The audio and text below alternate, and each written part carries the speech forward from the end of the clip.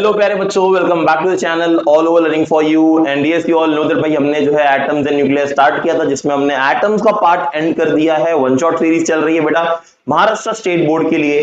तो यहां पर आज हम कर रहे होंगे न्यूक्लियाई का पार्ट, जो कि आपका पार्ट 2 है वन शॉट सीरीज का। इसके बाद हम इसके न्यूमेरिकल्स कर लेंगे। तो चैप्टर इज क्वाइट इजी। आप लोगों ने अगर फर्स्ट पार्ट देखा होगा तो आपको इतना तो समझ में आ गया होगा कि चैप्टर में कुछ बहुत ज्यादा नहीं करना है, जितना मैंने करा दिया बोर्ड के लिए उतना आपके लिए बहुत ही इंपॉर्टेंट है। ठीक है, चलिए भाई शुरू करते हैं आज का topic. So size and constituent of nucleus. तो आज के पूरे लेक्चर में we are going to understand nucleus only. पूरा न्यूक्लियस के बारे में अंडरस्टैंड करेंगे, राइट, ए टू जेड पूरा समझ लेंगे क्या होता है। Now you can see here some statements are given. The nucleus is hard sphere of radius. This is 10 power minus 15 meter, right? This is 10 power minus 15 meter. So बेटा last time में मैंने आपको बताया था कि ये जो न्यूक्लियस होता है, इस न्यूक्लियस का जो रेडियस है, this radius is 10 power minus 15 metre, जिसको हम फेम्टोमीटर बोलते हैं ना। पिछली क्लास में इसको हमने अंडरस्टैंड किया था, right. It consist of proton neutron. तो बेटा ये जो न्यूक्लियस है, न्यूक्लियस के अंदर प्रोटॉन और न्यूट्रॉन प्रेजेंट है, everyone know that, and these together are called as nucleons. इनको एक साथ जो है न्यूक्लियॉन्स नाम दिया जाता है। सो न्यूक्लियॉन्स का मतलब है प्रोटॉन एंड न्यूट्रॉन। ओके, तो proton and neutron together they are termed as nucleons. Is it clear? या आगे बढ़ते हैं। The number of proton in the nucleus is called atomic number। मैं आपको बता देता हूं शॉर्ट में फटाफट यहां पर। अब देखो ये जो हमारा न्यूक्लियस है बेटा, न्यूक्लियस के अंदर हमारे पास प्रोटॉन है, न्यूट्रॉन है। तो जो प्रोटॉन होता है, ध्यान से सुनना, right,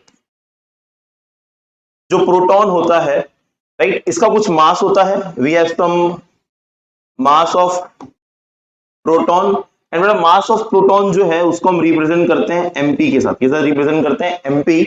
mass of proton is 1.6726 into 10 power minus 27 kg।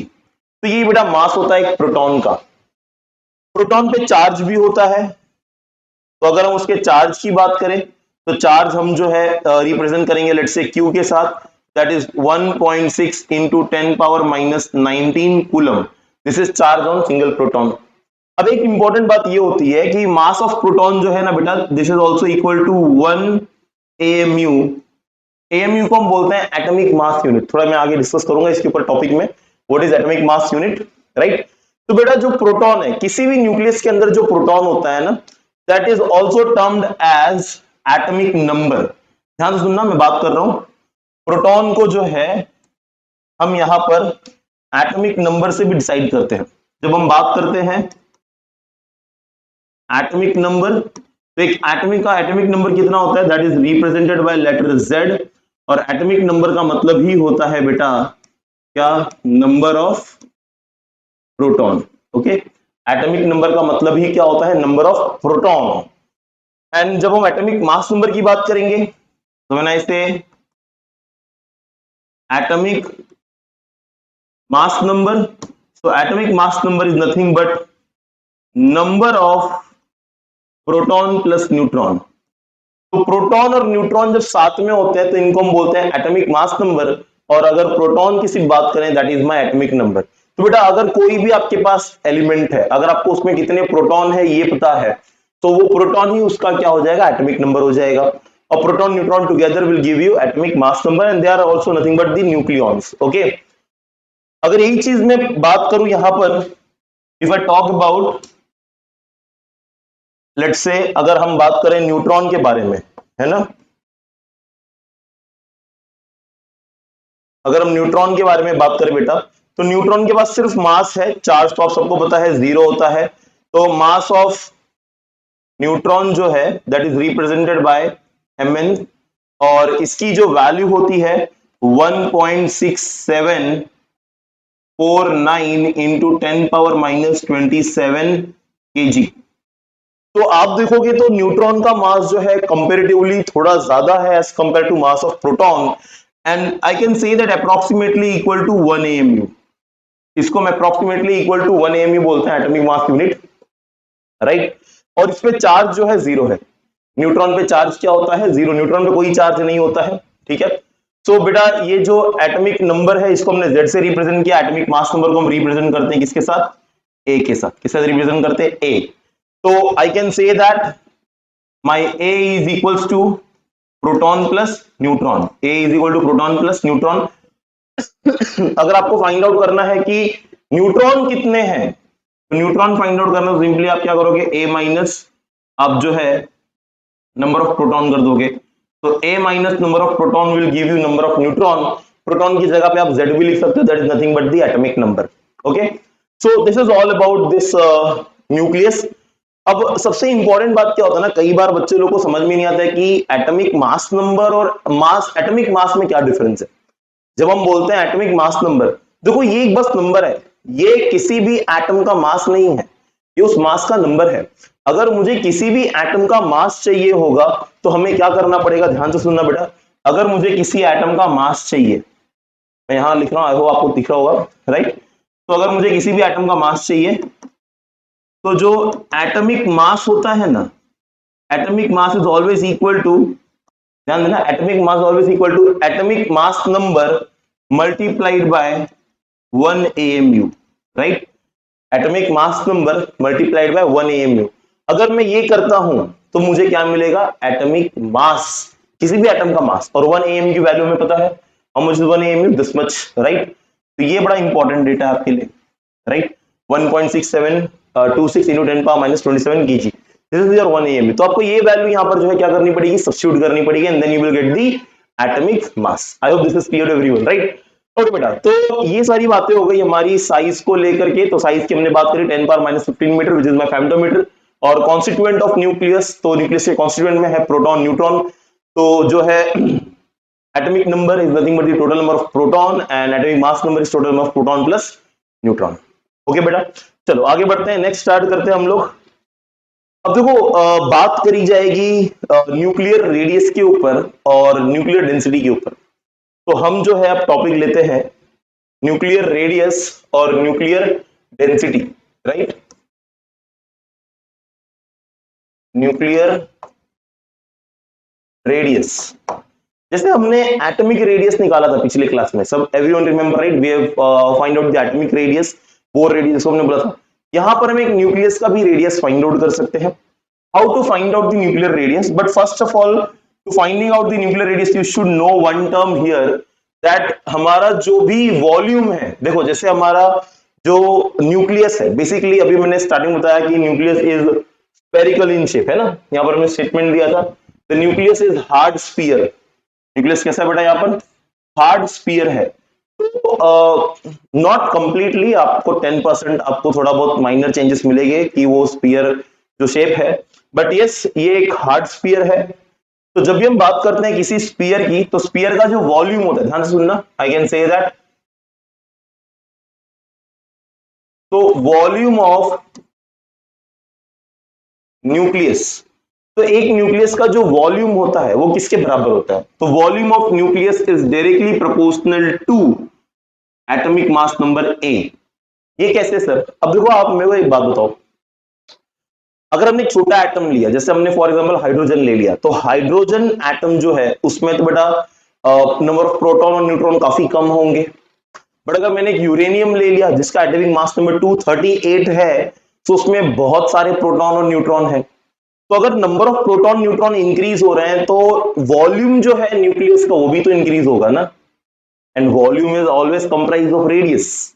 यहां से हम रेडियस फाइंड आउट कर सकते हैं। तो वॉल्यूम का जो फॉर्मूला है बेटा, that is 4/3 pi r cube, ये वॉल्यूम का फॉर्मूला है, जहां पे मेरा जो ये आर है, this r is nothing but the radius of the nucleus, and this is directly proportional to A which is my atomic mass number. क्या, अच्छा, अभी इसमें 4/3 और ये पाई, ये तो पूरा टर्म कांस्टेंट है, इसको अगर मैं एलिमिनेट करूं, so I can write my R cube is proportional to A, 4/3 और पाई कांस्टेंट है, तो ये प्रोपोर्शनल साइन अभी मेंटेन है हमारी, तो हमने लिखा r cube is proportional to A.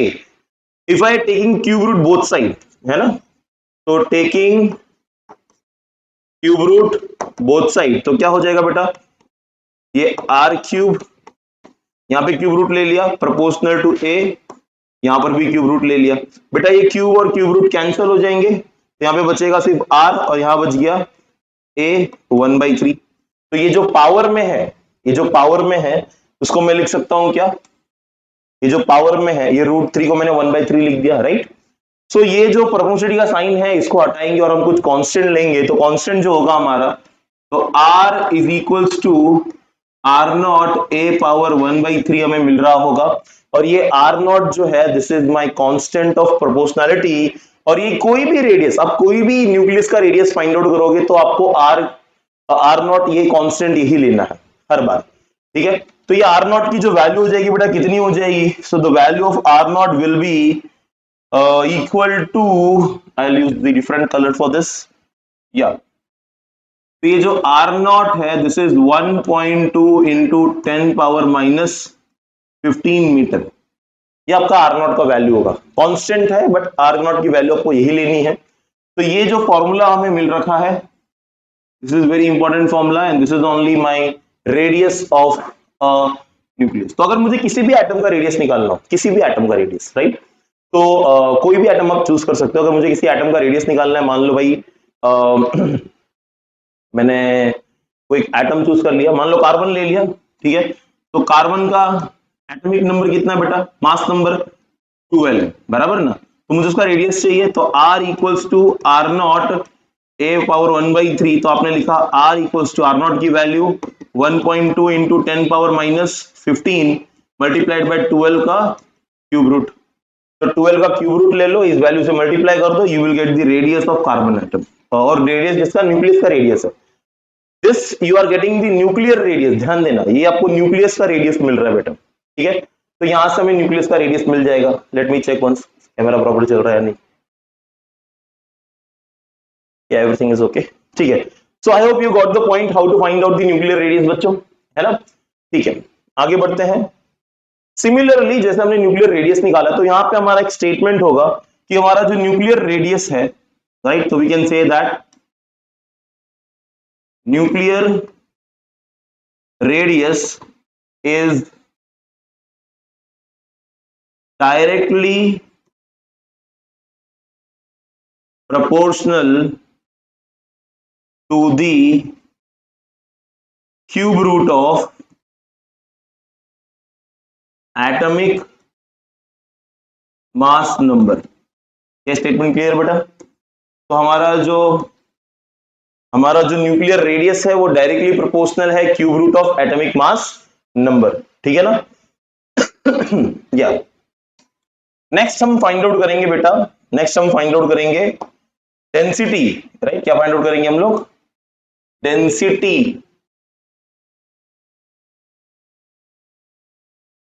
Density of nucleus. किसी भी न्यूक्लियस की डेंसिटी कितनी होती है। अब आप मेरे को एक बात बताओ, डेंसिटी आप सब समझते हो ना, density is mass upon volume, है ना। तो जो न्यूक्लियस की डेंसिटी, देखो बहुत अमेजिंग बात है बेटा, न्यूक्लियस की डेंसिटी पढ़ के आपको बहुत कुछ समझ में आएगा। तो डेंसिटी का फॉर्मूला होता है mass upon volume, right. Density we define mass upon volume. तो डेंसिटी जो है यहां पर मेरा न्यूक्लियर डेंसिटी होगा, nuclear density, and this nuclear density is equal to, अच्छा ये मास कौन सा लेंगे हम, एटॉमिक मास लेंगे, तो हम लिख देते हैं atomic mass, atomic mass divided by volume of nucleus, okay, atomic mass divided by volume of nucleus. अब देखो थोड़ी देर पहले मैंने आपको बताया था कि जो एटॉमिक मास और मास नंबर दोनों डिफरेंट है। Atomic mass is given by A into 1 AMU and the volume of the nucleus is, किसी भी न्यूक्लियस का जो वॉल्यूम है वो तो अभी हमने लिखा था 4/3 पाई r क्यूब, बराबर, ये वैल्यू होगी हमारी। अब अगर इनको मैं सब्स्टिट्यूट करूं, यहां सब्स्टिट्यूट कर देते हैं, अगर मैं इन्हें सब्स्टिट्यूट करूं तो मुझे जो न्यूक्लियर डेंसिटी है बेटा वो कितनी मिलेगी, ए को हमने एज इट इज रख दिया और 1 AMU का वैल्यू हम सब्स्टिट्यूट करते हैं। How much is the value of 1 AMU, right. तो ये A multiplied by 1.6726 into 10 power minus 27, kg, है ना? This is the value of 1 AMU. 4/3 pi. बेटा r, since we know that our r is r naught a power 1/3, तो हम ये r की जगह पे ये वैल्यू सब्स्टिट्यूट कर रहे होंगे. That is my r naught a power 1/3, और यहाँ पे r क्यूब है, तो हम यहाँ पर क्या करेंगे, पूरा क्यूब ले लेंगे. तो this will give me a into 1.6 into या 1.67 ले लेते हैं, 26 into 10 power minus 27 the whole divided by, देखो ये 3 ऊपर चला जाएगा, 3 यहाँ आ गया, 4 यहाँ पर नीचे, इंटू पाई. आर नॉट की वैल्यू सबको पता है 1.2 इंटू 10 पावर माइनस 15, और ये क्यूब हो जाएगा. और ए का क्यूब रूट ऑलरेडी है, क्यूब रूट का क्यूब ले लिया तो क्यूब हट जाएगा, क्यूब रूट हट जाएगा तो सिर्फ ए बचेगा बेटा. ठीक है. अब एक चीज नोटिस करोगे आप, ए और ए कट गया, है ना? ए और ए कट गया. आप मुझे बताइए बेटा, इस पूरे वैल्यू में कौन कांस्टेंट है? इस पूरे वैल्यू में कौन constant? You will say that sir everyone is constant, है ना? कोई भी यहाँ पर वेरिएबल नहीं है, सभी कांस्टेंट है. और अगर आप इनको सॉल्व करोगे तो आपको something 2.3 into 10 power minus, not minus, plus 17 kg पर मीटर क्यूब बराबर, ये आपको बेटा डेंसिटी मिल रही होगी, न्यूक्लियर डेंसिटी. तो nuclear density is 2.3 into 10 power 17 kg पर metre cube. Just imagine how dense the nucleus is. And therefore याद होगा आपको, मैंने पिछले क्लास में बताया था कि वी से दैट दी पूरे एटम का जो 99% मास है वो सिचुएटेड है उसके न्यूक्लियस पे. This is the reason. If you know the mass of electron जो उसके न्यूक्लियस के इर्द गिर्द घूमते रहते हैं बेटा, mass of electron is 10 power minus 31 kg, minus 31 kg. Mass of proton is 10 power minus 27 kg. दोनों में जो डिफरेंस है काफी ज्यादा है, 10 पावर 4 का डिफरेंस है. मतलब मास of proton is 10 power 4 times, 10,000 गुना ज्यादा वेट है एक प्रोटॉन का कंपेयर टू अ इलेक्ट्रॉन. आप सोचो. एंड सिमिलरली एक न्यूक्लियस के अंदर प्रोटॉन न्यूट्रॉन दोनों प्रेजेंट है. जितने प्रोटॉन है उतने ही हमारे पास क्या है, इलेक्ट्रॉन है. तो अगर मेरे इलेक्ट्रॉन आजू बाजू में घूम रहे हैं और प्रोटॉन सेंटर में है, और प्रोटॉन का जो मास है वो 10,000 गुना ज्यादा है एक इलेक्ट्रॉन के कंपैरिजन में, तो इतने सारे प्रोटॉन, तो यू जस्ट इमेजिन कितना मास ज्यादा होगा. और फिर साथ में प्रोटॉन भी, उनका भी मास है. therefore we say that the overall mass of the atom is situated at the nucleus. I hope you got the point, right? तो ये डेंसिटी हो गई हमारी. जो बेटा डेंसिटी ऑफ वाटर जो होता है ना, डेंसिटी ऑफ वाटर, अगर मैं पानी की डेंसिटी की बात करूं, डेंसिटी ऑफ वाटर, तो वो 10 पावर 3 kg पर मीटर क्यूब होता है. बहुत ही छोटा नंबर है इसके कंपैरिजन में. 10 पावर 17 कहां, 10 पावर 3 कहां. And therefore we say that the nucleus is very dense, right. और एक सबसे इंपॉर्टेंट बात बेटा, यहां पर जो डेंसिटी है मैंने अभी बताया ये कांस्टेंट है. आप कोई भी एटम ले लो, डेंसिटी चेंज नहीं होगी. Every atom nucleus have same density. सभी न्यूक्लियस के एटम की डेंसिटी क्या होगी बेटा, सेम ही होगी. So I can say that here the nuclear density, the nuclear density, किसी भी एक न्यूक्लियस की जो डेंसिटी है इज इंडिपेंडेंट. वो इंडिपेंडेंट है. इंडिपेंडेंट किस पे है, independent of atomic mass number. A is independent of atomic mass number. वो एटॉमिक मास नंबर पे डिपेंड ही नहीं कर रहा है. ठीक है. तो ये एक इंपॉर्टेंट बात है. एमसीक्यू में कई बार क्वेश्चन इसके ऊपर आ जाते हैं कि nuclear density depends on dash. तो बेटा किसी पे डिपेंड नहीं करता है, वो कांस्टेंट होता है. ठीक है ना. Okay, so I hope got the point you all. And आप सबको एक बात समझ में आ गई होगी भाई, न्यूक्लियर डेंसिटी और न्यूक्लियर रेडियस क्या है टॉपिक, राइट. तो बेटा आगे बढ़ते हैं चैप्टर की तरफ. अब हम बात कर रहे होंगे nuclear force and properties of nuclear force. Nuclear force and properties of nuclear force.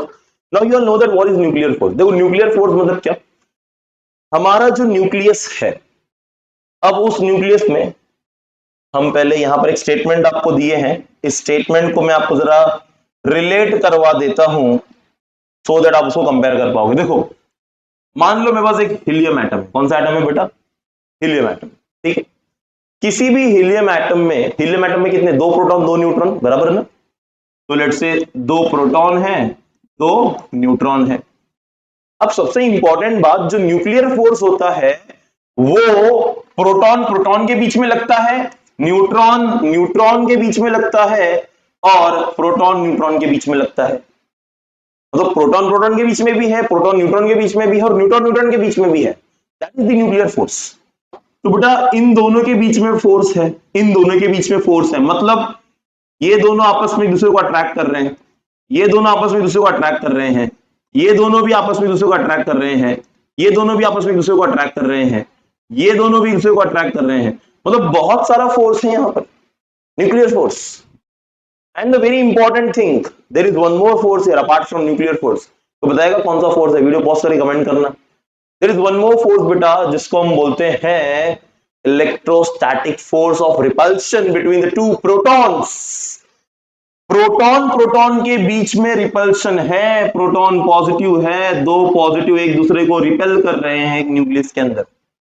तो सर एक बात समझ में नहीं आई, इतने सारे प्रोटॉन हैं, सारे पॉजिटिव चार्ज हैं, तो ये सारे प्रोटॉन एक साथ कैसे एम्बेडेड हैं एक न्यूक्लियस के अंदर? तो आंसर इज वेरी सिंपल बेटा, ये सब एक साथ इसके अंदर है। इसका रीजन एक है कि हमारा जो न्यूक्लियर फोर्स है this is much more greater than centripetal electrostatic force, right. तो इलेक्ट्रोस्टैटिक फोर्स से काफी ज्यादा स्ट्रॉन्ग है हमारा न्यूक्लियर फोर्स। कितना स्ट्रॉन्ग होता है? तो ये 50 to 60 टाइम्स ग्रेटर होता है, स्टेटमेंट में आएगा अभी। तो the strong force acting between two nucleons, दो न्यूक्लियॉन के बीच में जो स्ट्रॉन्ग फोर्स एक्ट हो रहा है which is a short range. एक प्रॉब्लम है, ये जो फोर्स का रेंज है ना बहुत छोटा है। कितना रेंज है सर? जितना हमारा न्यूक्लियस का रेडियस है उतने रेंज तक ही ये काम करता है, उसके ऊपर ये काम नहीं करेगा। ये एक प्रॉब्लम है न्यूक्लियर फोर्स के लिए। तो nuclear force is the strongest force but range बहुत छोटा है। बट आपको पता है gravitational force is the weakest force but range बहुत ज्यादा है ना। आप अगर एक एरोप्लेन जो जमीन से आप कह सकते हो 3 4 5 किलोमीटर या 10 किलोमीटर ऊपर भी उड़ रहा है, आप वहां से भी उड़ी मारोगे ना तो भी नीचे ही गिरोगे। ग्रेविटेशनल फोर्स है ना स्ट्रॉन्गेस्ट फोर्स। या आगे बढ़ते हैं। It is the strongest force among subatomic particles. Its strength is about 50 to 60 times larger than that of the electrostatic force. जैसा अभी बताया मैंने, ये स्ट्रॉन्गेस्ट फोर्स है सारे सब एटॉमिक पार्टिकल्स के बीच में, सबसे स्ट्रॉन्गेस्ट फोर्स है, बट इसका जो स्ट्रेंथ है वो काफी ज्यादा है as compare to electrostatic force.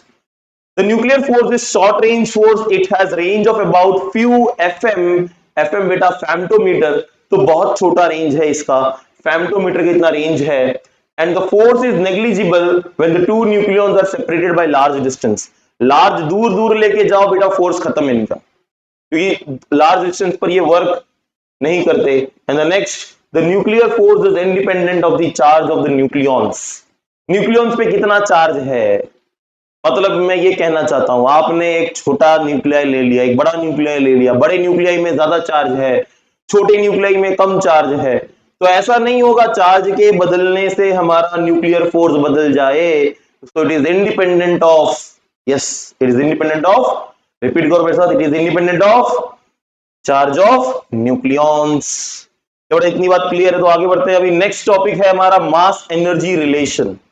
Mass energy relation, अब जो ये टॉपिक है mass energy relation, what is this topic is, right okay. तो इस टॉपिक में आपको एक स्टेटमेंट दिया है, according to Einstein mass is a form of energy. ये तो सभी लोग जानते हैं यार, mc स्क्वायर है ना, E is equals to mc square. Mass and energy are interconvertible to one another by a relation E is equals to mc square. बेटा ये बहुत important formula, E is equal to mc square. Energy mass का direct relation है, C यहां पर constant है, speed of light है, और m जो है मास होगा, E जो है उसकी एनर्जी होगी। सर ये मास किसका होगा? ये मास एक प्रोटॉन का हो सकता है, एक इलेक्ट्रॉन का हो सकता है, एक न्यूट्रॉन का हो सकता है। क्या सर इसमें मास कन्वर्जन एनर्जी हम कैसे कन्वर्ट करेंगे, कुछ समझ में नहीं आया। देखो बेटा, अगर आपको किसी की एनर्जी फाइंड आउट करनी, मान लो आपको इलेक्ट्रॉन की एनर्जी फाइंड आउट करनी, तो क्या करोगे, सिंपली आप लिखोगे एनर्जी ऑफ इलेक्ट्रॉन, तो मास इलेक्ट्रॉन का लेना पड़ेगा, mass of electron multiplied by C square. Mass of electron जो होता है that is 9.1 into 10⁻31 kg multiplied by speed of light is 1 3 into 10 raised to 8, that is 3 into 10 raised to 8 metre पर second और इसका whole square. ये जो पूरी energy देगा, ये जो पूरे यूनिट्स आपको मिल रहे हैं, ये यूनिट्स आपको मिलेंगे एक एनर्जी के, तो केजी मीटर स्क्वायर पर सेकेंड स्क्वायर ये एक एनर्जी का यूनिट है, तो इसको आप डायरेक्टली जूल बोल दोगे। तो 9.1 इंटू 10⁻31 मल्टीप्लाइड बाय 3 इंटू 10⁸, ये आपका हो जाएगा जूल।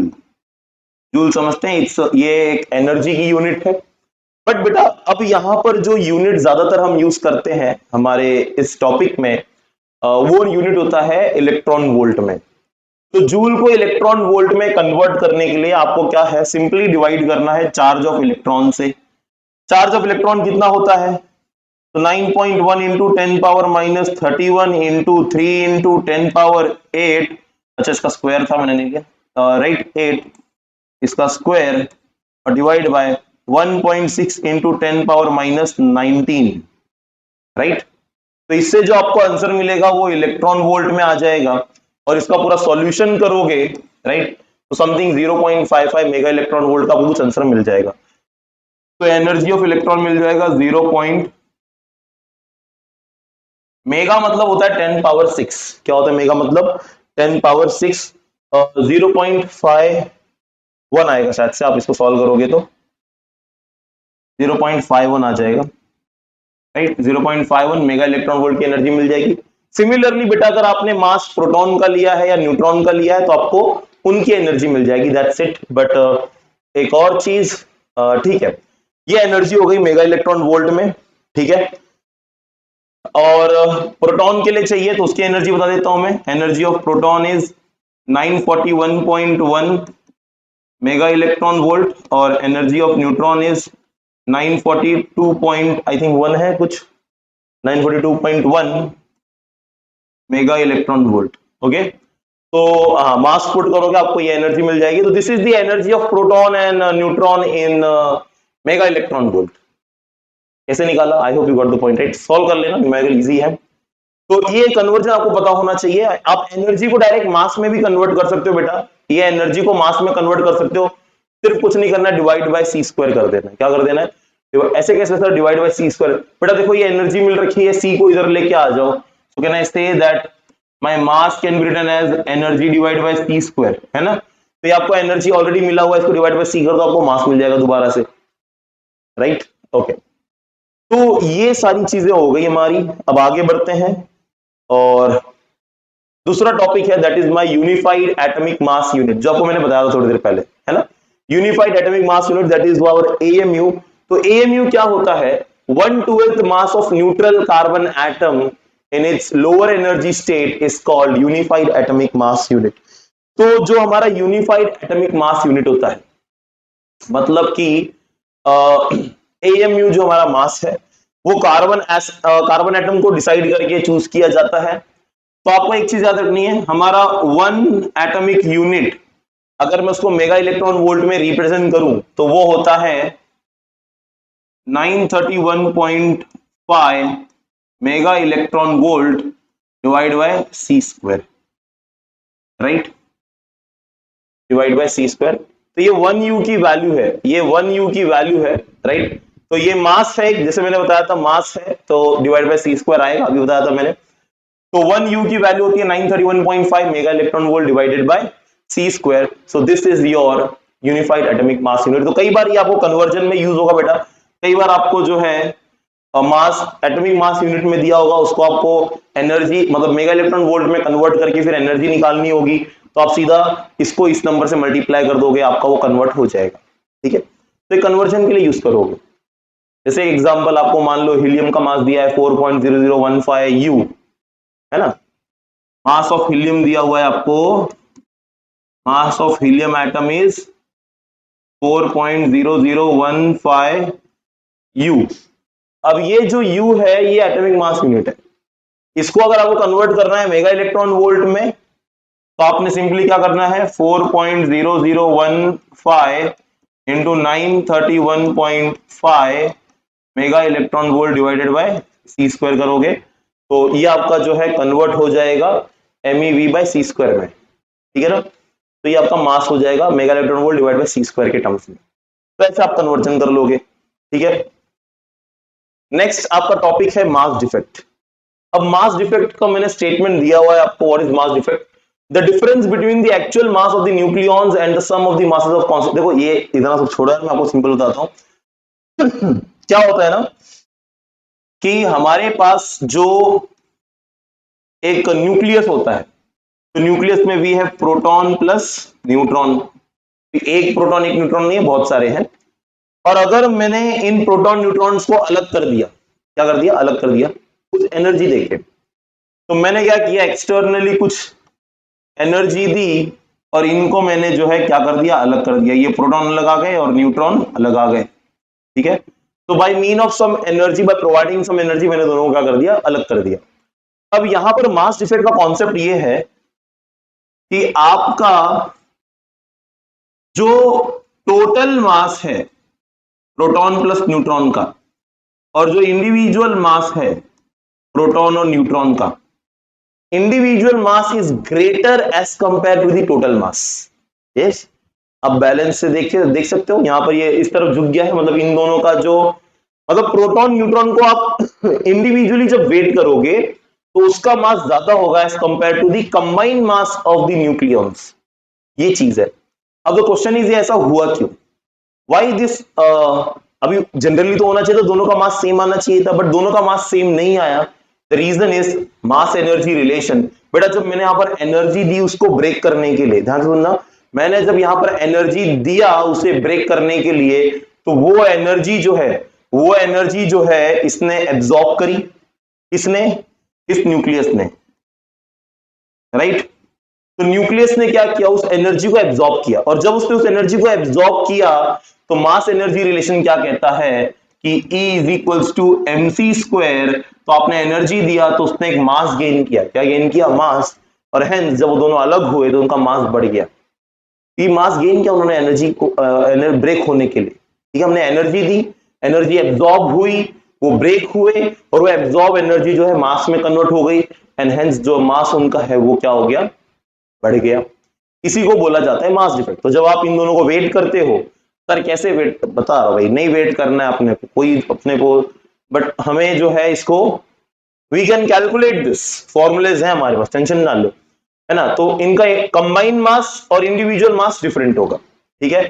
ये दोनों को आप ऐड कर रहे होगे, प्रोटॉन न्यूट्रॉन को, ठीक। तो ये चीज है यहां पर। तो यहां पर एक फॉर्मूला मैंने नहीं लिखा, लिख देता हूं, चलो ठीक है, एक फॉर्मूला लिख देता हूं मैं। तो बेटा मास डिफेक्ट जो है this is represented by delta m. किससे रिप्रेजेंट करते हैं, डेल्टा एम से। ध्यान से देखना, मैं फॉर्मूला बना रहा हूं मैं।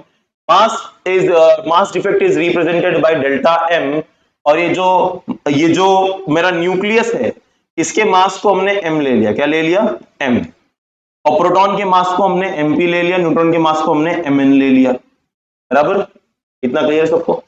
तो जो मेरा चेंज इन मास होगा वो कितना होगा, तो देखो इन दोनों का कंबाइंड मास ज्यादा है ना, तो इन दोनों को पहले आप मास इनका वजन कर लो और इसके मास से सबट्रैक्ट कर दो, इनका मास ले लो इसके मास से सबट्रैक्ट कर दो। तो can I say that mass of proton plus mass of neutron, ठीक है ना, ये दोनों का मास, प्रोटॉन न्यूट्रॉन का मास, दोनों को ऐड किया, माइनस मास ऑफ क्या ले लिया हमने, न्यूक्लियस, कैपिटल एम, राइट। तो ये मुझे दे देगा डेल्टा एम। बट एक चीज और, प्रोटॉन न्यूट्रॉन क्या एक एक है हमारे पास, नहीं, हम जो एटम चूज करेंगे उस एटम में उसका जो भी एटॉमिक नंबर होगा उतने उसके अंदर प्रोटॉन होंगे। तो यहां पर हमको लिखना पड़ेगा ZMP। क्या लिखना पड़ेगा, ZMP। What you mean by ZMP, Z मतलब है ना नंबर ऑफ प्रोटॉन है, और MP is mass of one proton. तो नंबर इनटू, अगर 10 प्रोटॉन है तो Z की वैल्यू 10, MP की वैल्यू क्या ले लोगे बेटा, एक प्रोटॉन का मास। सिमिलरली यहां पर आप N ले लो, नंबर ऑफ न्यूट्रॉन, और आपको मैंने बताया हुआ है n कैसे निकालोगे, n कैसे निकालोगे, a माइनस जेड करके, है ना, atomic mass number minus atomic number will give you n, फिर ये mn से मल्टीप्लाई कर दिया, माइनस m कर दिया, this will give you delta m। तो ये आपका फॉर्मूला बन गया बेटा, ये आपका फॉर्मूला बन गया। क्या बन गया? ये फॉर्मूला। ठीक है, किसका फॉर्मूला है ये? मास डिफेक्ट का। किसका फॉर्मूला है? Mass defect is represented by delta m. किससे रिप्रेजेंट करेंगे इसको हम लोग? डेल्टा एम के साथ।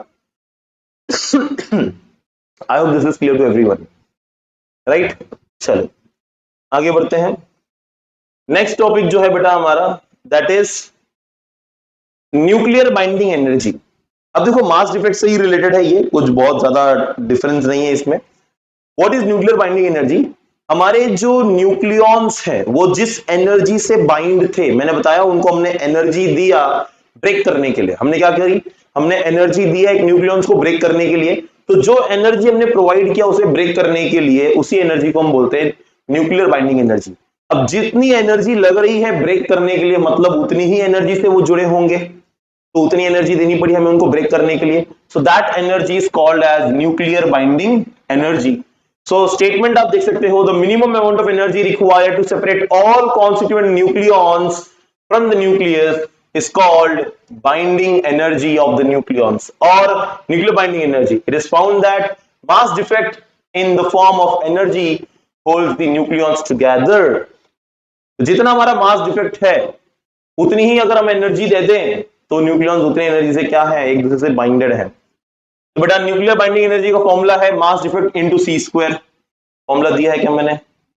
एक बार चेक कर लेते हैं, नहीं दिया होगा तो नहीं दिया है, लिखना पड़ेगा। चलो, तो न्यूक्लियर बाइंडिंग एनर्जी, तो बी से रिप्रेजेंट कर रहा हूं, बी का मतलब है हमारा बाइंडिंग एनर्जी। तो binding energy is equals to mass defect, that is my delta m into C square, delta m into C square. अब यहां पर वैल्यू ले लो भाई, डेल्टा एम की वैल्यू कितनी थी हमारी? बोलो, Z m p plus n, n is what? A minus Z, right, minus m into c square। बेटा this is my binding energy, this is my, मतलब इतनी एनर्जी से वो जो है क्या है? बाइंड है। इसमें एक और टॉपिक आता है बाइंडिंग एनर्जी पर न्यूक्लियॉन, मतलब कितनी एनर्जी से वो न्यूक्लियॉन सारे बाइंड है। तो अगर आपको फाइंड आउट करना है binding energy per nucleon, okay, if you want to find out binding energy per nucleon, तो सिंपली कुछ नहीं करना है आपको, binding energy divide by A कर देना है, राइट। बाइंडिंग एनर्जी, ये बाइंडिंग एनर्जी की जगह आप ये वाला फॉर्मूला रख दोगे, डिवाइड बाय ए कर दोगे, A is your what? Atomic mass number, and you will get the binding energy per nucleon, right. तो I hope you got the point कि how to find out the binding energy per nucleon, right. Okay, तो ये topic clear है। This is nuclear binding energy. What is nuclear binding energy? किसने energy से जो हमारे nucleons है एक दूसरे से बाइंडेड है, उस एनर्जी को हम बोल रहे हैं nuclear binding energy. How to find out nuclear binding energy? Mass different multiplied by C square. Energy बेटा वही होता है ना, mass into C square, E is equal to mc square, right. Okay, आगे देखते हैं। अब हमारा जो नेक्स्ट टॉपिक है that is my binding energy curve. क्या है ये? बाइंडिंग एनर्जी कर्व, ध्यान सुनना। बाइंडिंग एनर्जी कर्व जो है, आई थिंक अभी ग्राफ आएगा और वो ग्राफ आपको क्लियर नहीं दिख रहा होगा। मैं थोड़ा सा यहां से हट जाऊं स्क्रीन से तो may be it may be visible to you. अब मैं स्क्रीन पे आऊंगा तो दोबारा से ये ग्राफ इनविजिबल हो जाएगा। मैं यहीं से थोड़ा एक्सप्लेन कर देता हूं आपको मैं। I hope the graph is clear, right, you can see the graph, या फिर मुझे बड़ा लेना पड़ेगा? No, is it visible? Right, या देखो बेटा, ये जो ग्राफ है, ये जो ग्राफ है, इस ग्राफ में आप देखोगे आपको दो चीजें दिख रही होंगी। हमने वाई एक्सिस पे लिया है बाइंडिंग एनर्जी पर न्यूक्लियॉन। क्या लिया हुआ है? Binding energy per nucleon. X axis पे हमने चूज किया है मास नंबर, है ना। थोड़ा सा लाइटिंग का बजट बहुत कम है बेटा, तो टेंशन मत लो। तो यहाँ पर आते ही वो पूरा व्हाइट हो जाता है, राइट। ओके, करेंगे, जल्दी सुधारेंगे इस चीज को। हाँ, this is binding energy per nucleon, जो भी मैंने आपको निकाल के दिखा binding energy, and this is your mass number, this is your mass number. बेटा आप एक चीज नोटिस करना, ये ग्राफ जो बना हुआ है डिफरेंट डिफरेंट एटम, तो ये एटॉमिक मास नंबर है। तो 0 से लेके हम 200 250 तक एटॉमिक मास नंबर तक आ गए हैं। और उनका हमने बाइंडिंग एनर्जी कर्व जो है क्या किया हुआ है, प्लॉट किया हुआ है। इफ यू सी दैट यहाँ पर H2 है, H3 है, लिथियम है, नाइट्रोजन है, carbon, oxygen, sulphur, ferrous, then MOIWAN और U दैट इज यूरेनियम, है ना। ये बीच के इनके नाम नहीं पता है, अभी बहुत टाइम हो गया केमिस्ट्री छोड़े, ठीक है। तो मेरा ये कहने का मतलब है कि बाइंडिंग एनर्जी पर न्यूक्लियन, ये उनका एनर्जी दिया है मेगा इलेक्ट्रॉन वोल्ट में। ये 2 mega electron volt, 4 mega electron volt, 6 mega electron volt, 8 mega electron volt and 10 mega electron volt, ये उनकी एनर्जी दी गई है। यहां पर उनका मास दिया हुआ है। तो सबसे पहला H2 लिया गया, कौन लिया गया, H2। बेटा H2 का देखो यहां पर मास काफी, इसकी एनर्जी काफी कम है, H3 की एनर्जी थोड़ी ज्यादा है, हीलियम की थोड़ी ज्यादा है, लिथियम की फिर कम है, नाइट्रोजन, मतलब ऐसे आप देखो एक चीज आप नोटिस करोगे कि with the increasing atomic mass number, जैसे जैसे एटॉमिक मास नंबर बढ़ रहा है ना, तो बाइंडिंग एनर्जी पर न्यूक्लियन भी बढ़ता जा रहा है।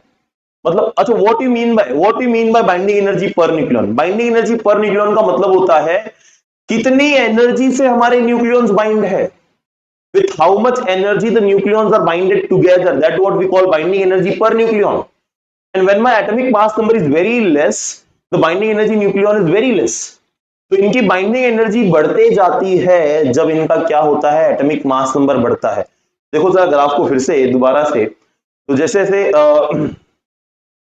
बाइंडिंग एनर्जी पर न्यूक्लियन जो है ये बढ़ते जा रही है, तो एटॉमिक मास नंबर बढ़ते गया, बाइंडिंग एनर्जी पर न्यूक्लियन भी क्या हो गया, बढ़ते गया।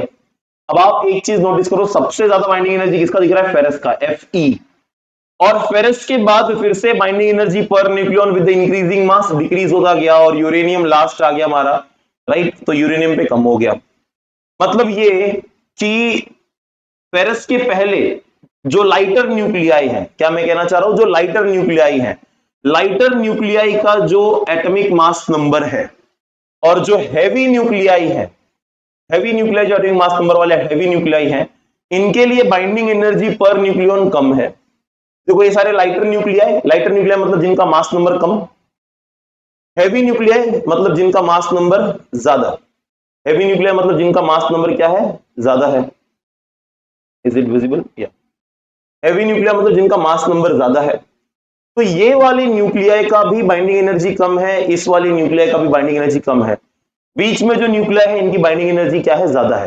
बाइंडिंग एनर्जी ज्यादा मतलब ये वाले एटम स्टेबल है, बाइंडिंग एनर्जी कम मतलब ये वाले एटम कम स्टेबल है, ये वाले एटम भी कम स्टेबल है। तो स्टेबिलिटी गेन करने के लिए अब ये क्या करेंगे, what they will do to gain the stability, तो उस पर अभी हमारा डिस्कशन होगा। तो मैं अभी इन सारे पॉइंट्स को, अभी आपके पास तो पॉइंट्स आ गए होंगे, right, you can see that the graph between average binding energy per nucleon and the atomic mass number is called binding energy curve. तो अगर आपको एग्जाम में क्वेश्चन आ गया 1 मार्क्स के लिए, what is binding energy curve, तो binding energy curve क्या होता है बेटा, binding energy per nucleon versus atomic mass number का जो ग्राफ है उसी को हम बोलते हैं binding energy curve. Is it clear, yes. Next statement है हमारा यहाँ पर, तो binding energy per nucleon is practically constant for nuclei. देखो बाइंडिंग एनर्जी पर न्यूक्लियन जो है ना, ये कांस्टेंट है उस न्यूक्लियाई के लिए जिनका एटॉमिक मास नंबर, जिनका एटॉमिक मास नंबर 30 से लेके 170 के बीच में है। तो जिसका एटॉमिक मास नंबर 30 और 170 के बीच में है, उन न्यूक्लियाई का, वो न्यूक्लियाई जो है वो हमारे स्टेबल न्यूक्लियाई, आप ऐसा बोल सकते हो, राइट। नेक्स्ट अगर हम बात करें, binding energy per nucleon having maximum value 8.75 mega electron volt.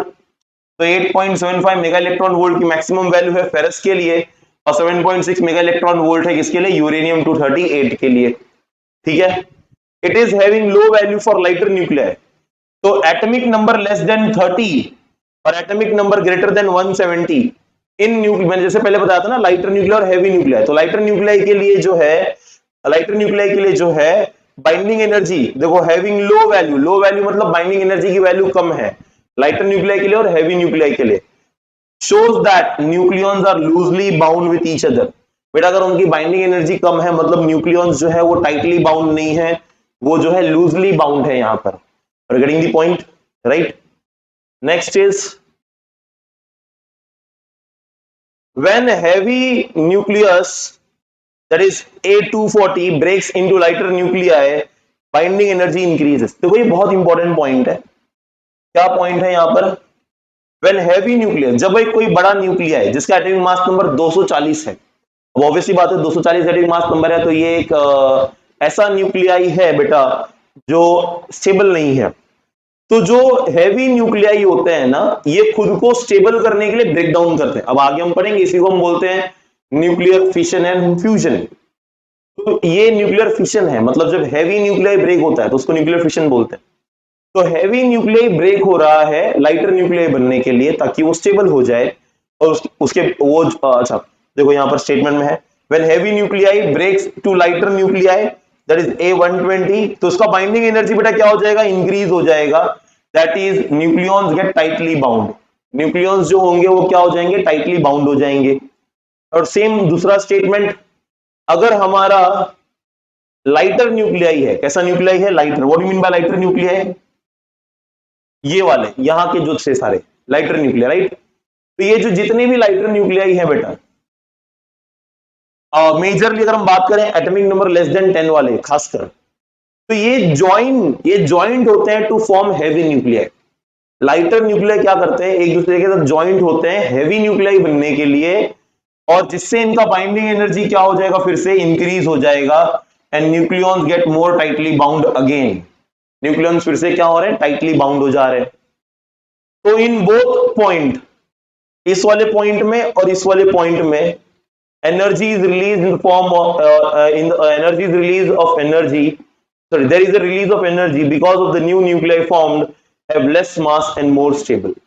बेटा जब भी ऐसा होगा, न्यूक्लियाई ब्रेक होंगे या न्यूक्लियाई कंबाइन होंगे, तो वह एनर्जी रिलीज करेगा। क्या करेगा, वो एनर्जी रिलीज करेगा। और जब भी एनर्जी रिलीज होगी तो उस एनर्जी को हम यूज करेंगे, आगे देखेंगे कैसे यूज करना है उन्हें। आई hope you got the point, right. तो आपको जब भी आंसर आए एग्जाम में, ये पॉइंट्स लिखने हैं, ठीक है, इंपॉर्टेंट पॉइंट्स है सारे, और वो ग्राफ बना देना है। एग्जाम में क्वेश्चन क्या आ जाएगा, binding energy curve. Okay, so now we will start with the radioactivity part. Now what is radioactivity? Now see that the phenomenon of emission of invisible radiation from a heavy nucleus is called radioactivity। तो कोई भी एक heavy nucleus बेटा जब वो break down हो रहा होता है, या कोई लाइटर न्यूक्लियस जब वो फ्यूज हो रहा होता है, इन दैट प्रोसेस, ये सब वो करते हैं क्यों, स्टेबिलिटी के लिए करते हैं, राइट। और उस प्रोसेस में जो एनर्जी रिलीज होती है, राइट, वो सारा, तो ये सारा प्रोसेस जो होता है इसी को हम बोलते हैं क्या, रेडियो एक्टिविटी। ये एक न्यूक्लियर फिनोमिना है, right. So radioactivity is a nuclear phenomena in which unstable nuclei undergoes decay। बड़ा अनस्टेबल न्यूक्लियाई जितने भी होते हैं ना, वो डीके प्रोसेस शो करते हैं। डीके मतलब क्या होता है, नंबर ऑफ न्यूक्लियाई इनका कम होता है। मतलब एक हैवी एलिमेंट, और वो जब न्यूक्लियर फिनोमिना शो करेगा तो इसके नंबर ऑफ न्यूक्लियस जो है या न्यूक्लियॉन्स जो है वो क्या होंगे, डिक्रीज होंगे। इसी को हम बोलते हैं न्यूक्लियर डीके। हमारे पास बेटा 3 टाइप के न्यूक्लियर डीके हैं, right. So the substance which emit radiations are called radioactive substance, जैसे uranium, thorium, right, all these are radioactive substance। There are 3 type of decay, alpha decay, beta decay and gamma decay। तो इन तीनों decays को भी हम one by one करके detail में understand करेंगे, what is alpha, beta and gamma decay. तो चलिए बेटा शुरू करते हैं। सबसे पहले हम बात कर रहे होते हैं यहाँ पर alpha decay and properties of alpha decay. What is alpha DK and the properties of alpha decay. पहले कुछ प्रॉपर्टीज देख लेते हैं यहाँ पर। The alpha rays are positively charged particle, they are positively charged nucleus। मैं आपको पहले एक रिएक्शन दिखाता हूं, फिर इनकी हम प्रॉपर्टी पे डिस्कशन करते हैं।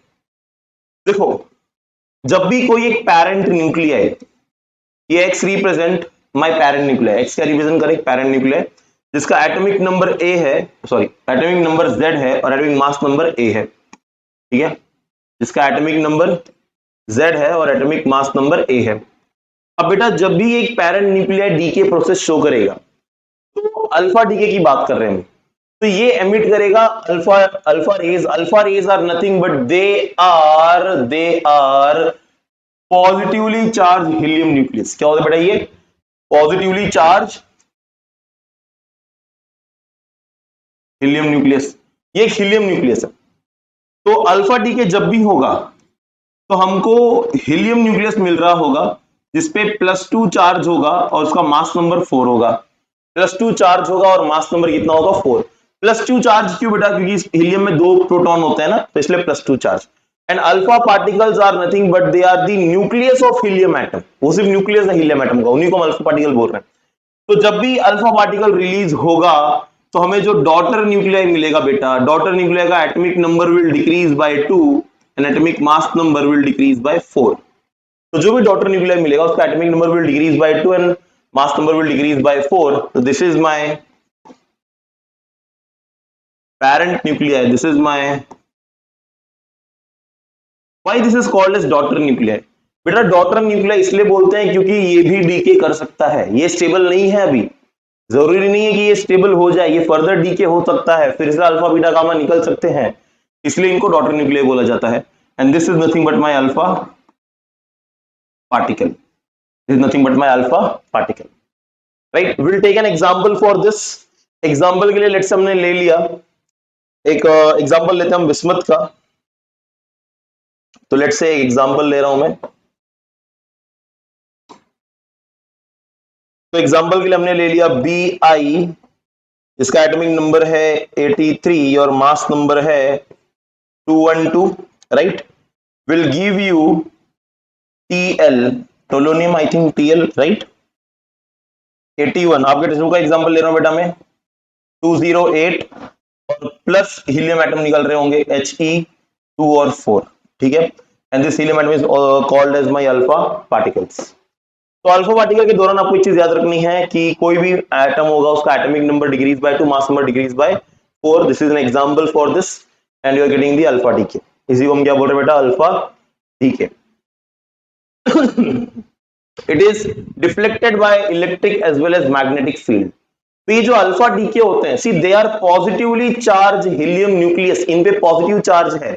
पॉजिटिव चार्ज है इसका मतलब ये होगा कि दे विल गेट डिफ्लेक्ट, ये इलेक्ट्रिक और मैग्नेटिक फील्ड में जब भी जाएंगे तो कोई भी चार्ज पार्टिकल जब एक्सटर्नल फील्ड में रखा जाता है या मूव होता है तो it experience a force, right. जैसे अपने 10th चैप्टर में किया था, एक इलेक्ट्रॉन को अपने एक्सटर्नल मैग्नेटिक फील्ड में डाल दिया, it experience a force. In the same way this is also charge particle, this experience a force, therefore we they say that they are deflected, sorry, they are deflected, they are deflected by electric as well as magnetic field.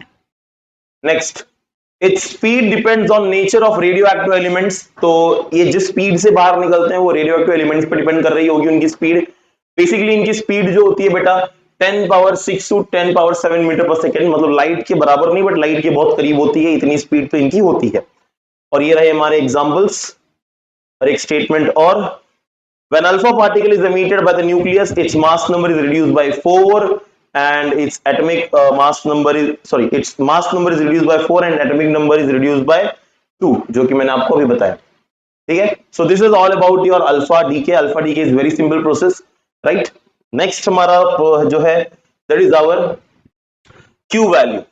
अब Q value क्या होता है, देखो जब हमारा अभी देखो ये ब्रेक हुआ ना, तो मैंने आपको याद है बताया था जब हम किसी को ब्रेक करते हैं पहले से, राइट, जब हम किसी को ब्रेक करते हैं तो एनर्जी देते हैं, ये खुद ब्रेक हो रहा है, एनर्जी रिलीज हो रही है। एनर्जी रिलीज होने का मतलब इसका मास डिक्रीज होगा, क्या होगा बेटा, मास डिक्रीज होगा। तो जो भी हमारे पेरेंट न्यूक्लियाई थे, जो हमारे पेरेंट न्यूक्लियाई है, इनका जो मास होगा और जो हमारे डॉटर न्यूक्लियाइज और अल्फा पार्टिकल है इनका जो टोटल मास होगा, ये वाला मास हमेशा कम रहेगा इस मास के मुकाबले। ऐसे क्यों सर, ऐसा इसलिए बेटा क्योंकि मैंने बताया ये पेरेंट न्यूक्लियाई ब्रेक हुआ, यहां पर हीलियम एटम निकला।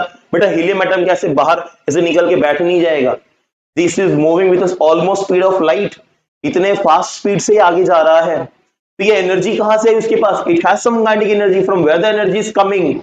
तो एनर्जी उस न्यूक्लियाई के अंदर से ही आया ना, तो उसके अंदर जो मास था वो एनर्जी में कन्वर्ट हो गया, and when mass converts into energy, तो बेटा एनर्जी अंदर से बाहर निकल गई, मतलब मास डिक्रीज हो गया।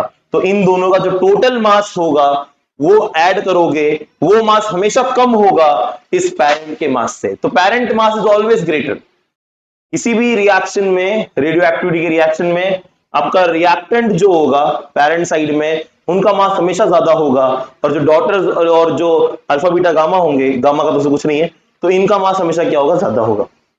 ये बात आप ध्यान में रखो। तो उसके बेस पे ये चीज को लिखा गया है, the total mass of the product of the alpha DK is always less. देखो यहां पर स्टेटमेंट दे दिया मैंने, जो टोटल मास है, राइट, अल्फा डीके का, तो ये जो मास है this is always less This is always less than that of the mass of the parent atom.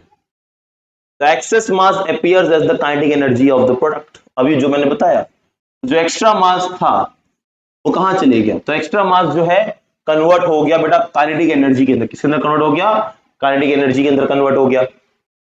The difference in the energy equivalent to the mass of the parent atom, ये उसकी बात हो रही है डिफरेंस की। तो बेटा ये जो डिफरेंस इन द एनर्जी है, इसी डिफरेंस ऑफ द एनर्जी को ही हम बोलते हैं क्यू वैल्यू। आपको एग्जाम में आएगा क्वेश्चन क्यू वैल्यू के ऊपर, व्हाट इज क्यू वैल्यू या फाइंड क्यू वैल्यू, आपको कोई रिएक्शन दे देंगे। तो क्यू वैल्यू कैसे निकालना है, ये रहा formula to find out the Q value. तो क्यू वैल्यू कैसे निकालोगे, mass of the parent, so mx क्या रिप्रेजेंट करता है,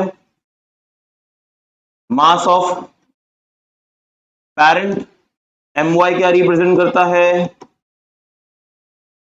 mass of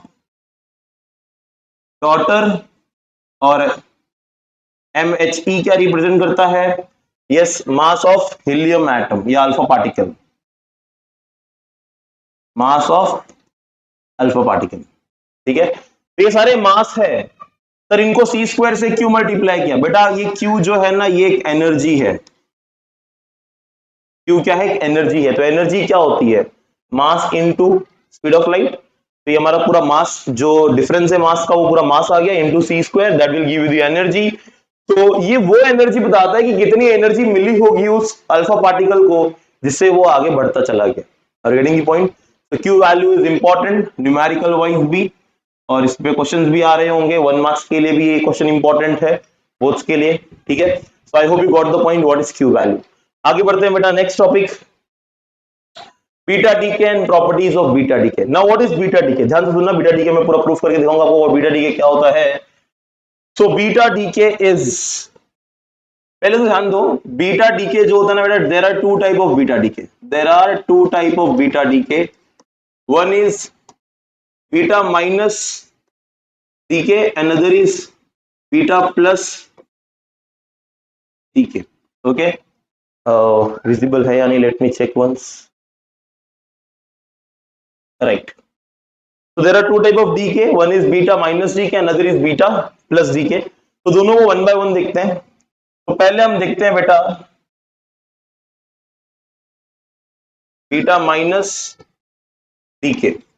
what is beta minus decay? तो बेटा जब भी कोई एक न्यूट्रॉन प्रोटॉन में कन्वर्ट होगा ना, तो उसको हम बोलेंगे बीटा माइनस डीके। तो बीटा माइनस डीके कब होगा, बीटा माइनस डीके तब होगा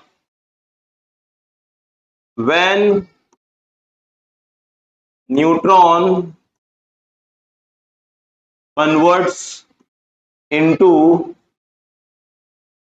proton। तो जब एक न्यूट्रॉन प्रोटॉन में कन्वर्ट होगा तो उस वक्त हमें मिलेगा बीटा माइनस डीके। कैसे होता है ये beta minus decay, let's check. तो बीटा माइनस डीके होने का प्रोसेस क्या है, तो हमारे पास है एक न्यूट्रॉन, ये कन्वर्ट हो गया एक प्रोटॉन में। तो बेटा जब एक न्यूट्रॉन प्रोटॉन में कन्वर्ट होता है तो देयर आर सर्टेन चेंजेस। देखो बेटा, न्यूट्रॉन पे जो चार्ज होता है वो चार्ज होता है 0, बराबर। न्यूट्रॉन का मास हमने ले लिया 1 AMU के आसपास, राइट। न्यूट्रॉन का मास लिया हमने 1। प्रोटॉन पे चार्ज होता है +1, कितना चार्ज होता है, +1, और इस पे मास भी होता है 1, और इस पे मास भी होता है 1। तो इस रिएक्शन में आप देखोगे लेफ्ट हैंड साइड में न्यूट्रॉन पे चार्ज 0 है, राइट हैंड साइड में चार्ज +1 है। तो इसका मतलब ये चार्ज इम्बैलेंस है ना, यहां पर चार्ज +1 है, यहां पर चार्ज 0 है, ये चार्ज इम्बैलेंस है। और चार्ज को ही बैलेंस करने के लिए यहां पर एक इलेक्ट्रॉन लाइक पार्टिकल रिलीज होगा। ध्यान से सुनो, किसी भी न्यूक्लियस के अंदर जब हम बोलते हैं बीटा माइनस डीके, तो बीटा माइनस डीके में हम बोलते हैं इलेक्ट्रॉन निकल रहे हैं न्यूक्लियस से। सर इलेक्ट्रॉन न्यूक्लियस से कहां आ गए, बेटा इलेक्ट्रॉन नहीं है वहां पर इलेक्ट्रॉन लाइक चार्ज रिलीज हुआ है। कैसे, देखो एक प्रोटॉन पे जो चार्ज होता है, न्यूट्रॉन प्रोटॉन में कन्वर्ट हो गया, मतलब एक न्यूट्रॉन जब प्रोटॉन में कन्वर्ट हो गया तो न्यूट्रॉन का कन्वर्जन प्रोटॉन में होने की वजह से क्या होगा, एक पॉजिटिव चार्ज बढ़ गया ना। उस पॉजिटिव चार्ज को बैलेंस करने के लिए क्या होता है, एक नेगेटिव चार्ज रिलीज होगा, और वो नेगेटिव चार्ज जो है उस पॉजिटिव चार्ज के बराबर होगा। अब पॉजिटिव चार्ज के बराबर नेगेटिव चार्ज कौन होता है, इलेक्ट्रॉन का ही होता है। तो देयरफॉर वी से दैट कि electron emits out, but exactly electron नहीं यहां से निकल रहा है, बट इलेक्ट्रॉन लाइक पार्टिकल निकल रहा है। तो यहां से एक इलेक्ट्रॉन बाहर निकला जिसपे चार्ज -1 है और मास 0 है। इसका मास 0 होता है बेटा, इसका मास 0 होता है। और इसके साथ में एक और चीज निकलती है जिसको बोलते हैं हम एंटी न्यूट्रिनो। क्या बोलते हैं इसको बेटा हम लोग? Anti neutrino. साथ में एक और चीज निकलती है जिसको हम बोलते हैं एंटी न्यूट्रिनो। अब ये रिएक्शन जरा ध्यान से देखो, फिर से बता रहा हूं मैं। एक neutron charge 0 mass 1 converts into proton charge +1 and mass also 1। Reaction is imbalance क्योंकि यहां पर मास +1 है, यहां पर यहां पर चार्ज +1 है, यहां पर चार्ज 0 है। इसको बैलेंस करने के लिए एक इलेक्ट्रॉन लाइक पार्टिकल निकला जिसपे चार्ज -1 है। तो +1 -1 cancel out each other, total charge कितना हो गया? 0 इस साइड में। साथ में एक निकला anti neutrino, this is called as anti neutrino. Now what is the role of anti neutrino बेटा? एंटी न्यूट्रिनो का रोल होता है conservation of spin magnetic moment. अब ये स्पिन मैग्नेटिक मोमेंटम क्या होता है? जैसे आप सब जानते हो, ये कौन है, मैं इनका नाम लिख देता हूं सभी का। तो this is our neutron, this is our proton, this is our electron. Electron बोल सकते हो या फिर बीटा माइनस डीके, ठीक है, इलेक्ट्रॉन भी बोलो या फिर beta minus decay. This is our anti neutrino. Anti neutrino क्यों रिलीज हुआ? दिस इज रिलीज, ये पॉली ने बताया था। एंटी न्यूट्रिनो कॉन्सेप्ट जो है फर्स्ट पॉली लेके आए। आपने सबने पढ़ा होगा पॉलीज एक्सक्लूजन प्रिंसिपल आपकी केमिस्ट्री के अंदर। पॉलीज ने बताया था कि किसी भी एक ऑर्बिट में 2 इलेक्ट्रॉन विद सेम स्पिन कभी नहीं रह सकते। 4 क्वांटम नंबर्स होते हैं ना हमारे पास। कौन कौन से 4 क्वांटम नंबर है? Principal quantum number, azimuthal quantum number, spin magnetic quantum number और मैग्नेटिक क्वांटम नंबर। तो यहाँ पर एन, एल, एम एल और एम एस, राइट। तो एम एस अभी फर्स्ट ऑर्बिट में है, तो एन, एल, एम सब सेम होगा, एम एल सेम होगा, बट एम एस डिफरेंट होगा। देयर इज उनका स्पिन अलग होगा। आप सब अगर आपको याद होगा, आप ऐसे फील करते हो, ऐसे आप अप स्पिन डाउन स्पिन जो है फिल करते हो, right.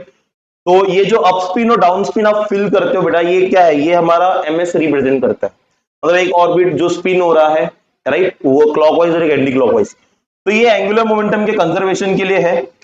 This is for the conservation of angular momentum. तो एंगुलर मोमेंटम का कंजर्वेशन कैसे हो रहा है?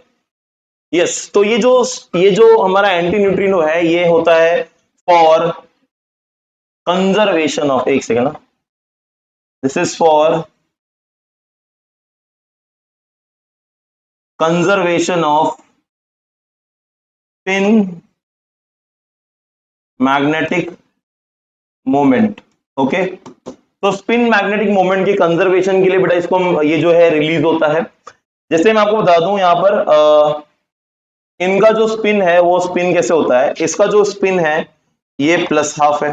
कितना इसका स्पिन? +½ प्रोटॉन का स्पिन भी होता है +½ इलेक्ट्रॉन जो रिलीज हो रहा है इसका भी स्पिन होता है +½ तो यहां पर आप देखोगे तो यहाँ पर हाफ स्पिन है, यहाँ पर हाफ 2 हाफ है, तो ये कंजर्व नहीं है। तो यहाँ पर जो एंटी न्यूट्रिनो रिलीज होता है इसका स्पिन होता है -½ कितना स्पिन होता है? -½ तो ये -½ +½ कैंसिल आउट ईच अदर, बचा हमारे पास हाफ।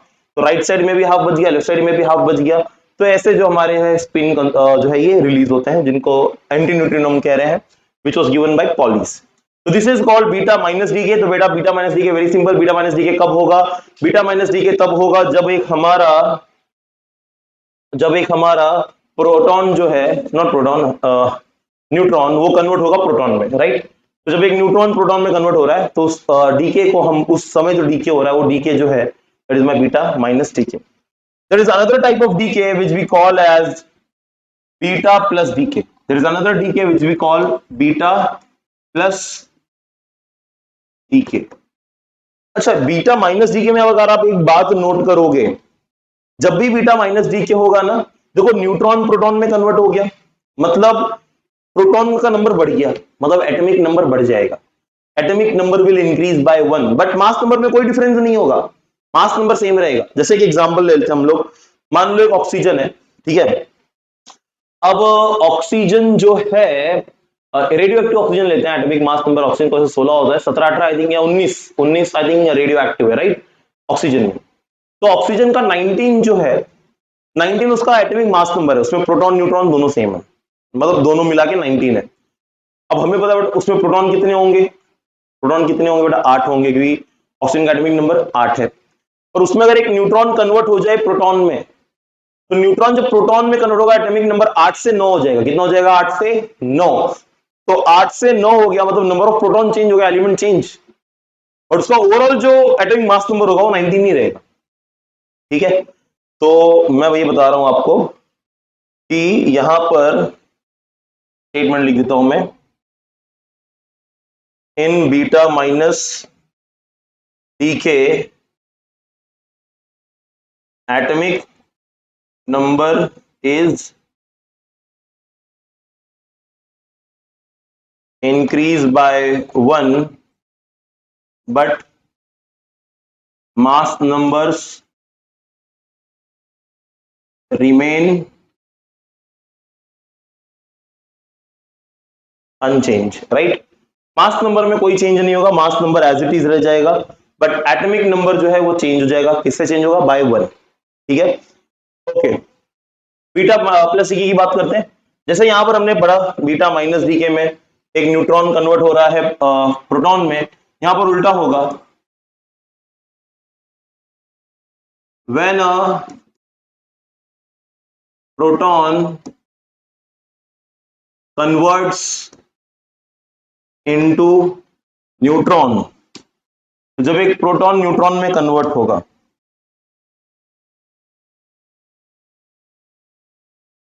राइट, तो हमें मिलेगा बीटा प्लस डी के। और इस समय जो हमें मिलेगा वो क्या होगा, लेट्स सी। तो लेट्स से हमारे पास एक प्रोटॉन है, ये प्रोटॉन कन्वर्ट हुआ एक न्यूट्रॉन में, प्रोटॉन का मास चार्ज जो है +1 है, मास 1 है, न्यूट्रॉन का चार्ज 0 है, मास 1 है। अब आप फिर से एक चीज देखोगे, लेफ्ट हैंड साइड में चार्ज +1, राइट हैंड साइड में चार्ज 0। तो चार्ज को बैलेंस करने के लिए एक पॉजिटिव टाइप का चार्ज, जितना इलेक्ट्रॉन पे, मतलब इलेक्ट्रॉन पे जितना चार्ज नेगेटिव होता है ना, उतना ही पॉजिटिव टाइप का चार्ज एक बाहर निकलता है, अगेन जिसका मास 0 होता है। इसको बोलते हैं पॉजिट्रॉन। क्या बोलते हैं इसको बेटा हम लोग? This is called as positron, this is called as positron. और साथ में एक और चीज निकलेगी बेटा, दैट इज न्यूट्रिनो। यहां एंटी न्यूट्रिनो निकला था, वहां कौन निकल जाएगा? न्यूट्रिनो निकल जाएगा। when proton converts into neutron, तो एक positron मिलेगा, and this positron is called as beta plus decay. इस पोजिट्रॉन को हम क्या बोलते हैं? Beta plus DK. ओके, तो ये पोजिट्रॉन ही जो है हमारा, इसी को हम बोल रहे हैं बेटा बीटा प्लस डीके। और साथ में ये हमारा है proton, this is our neutron, and this is our neutrino, this is our neutrino. Okay, तो proton neutron, proton neutron with positron, and this is our neutrino. Again neutrino का काम वही है, conservation of spin magnetic moment के लिए ये जो है रिलीज हो रहा है। इसमें आपको बात ध्यान में ये रखनी है, ड्यूरिंग द कन्वर्जन, जैसे यहां पर एटॉमिक नंबर इंक्रीज बाय 1 हुआ था, तो बेटा प्रोटॉन न्यूट्रॉन में कन्वर्ट हो गया, मतलब एटॉमिक नंबर डिक्रीज हो गया। तो यहां पर क्या होगा? यहां पर atomic number will decrease by 1 but mass number remain unchanged. Okay, atomic number will decrease by 1 but mass number remain unchanged. तो एटॉमिक नंबर 1 से डिक्रीज होगा बट मास नंबर जो है वो अनचेंज रहेगा, उसमें कोई भी चेंजेस नहीं आएंगे। तो I take an example for this, दोनों के लिए मैं एक एग्जांपल लेता हूं। कोबाल्ट का कन्वर्जन करते हैं निकल के अंदर, ये वाले केस के लिए, तो मैं बीटा माइनस डीके का एग्जांपल यहां पर लिख देता हूं मैं। तो व्हेन कोबाल्ट, जिसका एटॉमिक मास नंबर जो है कोबाल्ट का वो है 27, राइट, और इसका जो एटॉमिक मास नंबर 27 और इसका जो एटॉमिक नंबर है वो है 60। कितना है? 60। तो ये कन्वर्ट होगा बेटा निकल में, जिसका एटॉमिक नंबर है 28 बट मास नंबर है 60, साथ में एक इलेक्ट्रॉन निकलेगा और साथ में निकलेगा एंटी न्यूट्रिनो। तो this is an example for beta minus decay. और बीटा प्लस डीके में क्या होगा? जो सोडियम है sodium atomic number 11, mass number 22, this is an isotope of an sodium, ठीक है। तो यहां पर बेटा मैंने क्या बताया, प्रोटॉन कन्वर्ट्स इनटू न्यूट्रॉन, मतलब एटॉमिक नंबर डिक्रीज होगा, तो इसका 10 से 11 से 10 हो जाएगा ये अभी 10 प्रोटॉन है ना, और प्रोटॉन न्यूट्रॉन में, अगर एक प्रोटॉन न्यूट्रॉन में कन्वर्ट हो गया तो एक प्रोटॉन कम हो गया, एक प्रोटॉन कम हो गया तो कितना हो जाएगा, ये 10 हो जाएगा। 10 प्रोटॉन किसमें था, नियॉन में, राइट। तो ये 10 हो गए, बट मास नंबर इसका अभी भी कितना रहेगा, 22, साथ में निकलेगा बेटा E प्लस और साथ में neutrino, right. So this is an example of beta plus decay. So I hope you got the point about beta minus decay and beta plus decay. आपको ये दोनों पॉइंट समझ में आ गए कि बीटा प्लस और बीटा माइनस decay क्या है, right. So if you clear with this, तो आगे बढ़ते हैं हम लोग, राइट, दूसरे टॉपिक के साथ, that is our gamma decay. But before going that, इसका भी हम कुछ प्रॉपर्टीज देख लेते हैं, ठीक है, या। So beta decay are fast moving electrons, the basic process which takes place inside the present parent nuclei is converting neutron into proton. So neutron proton conversion with antineutrino. Their speed ranges from 1% to 99% of speed of light. तो इनकी जो speed होती है 1% से 99% speed of light से match होती है।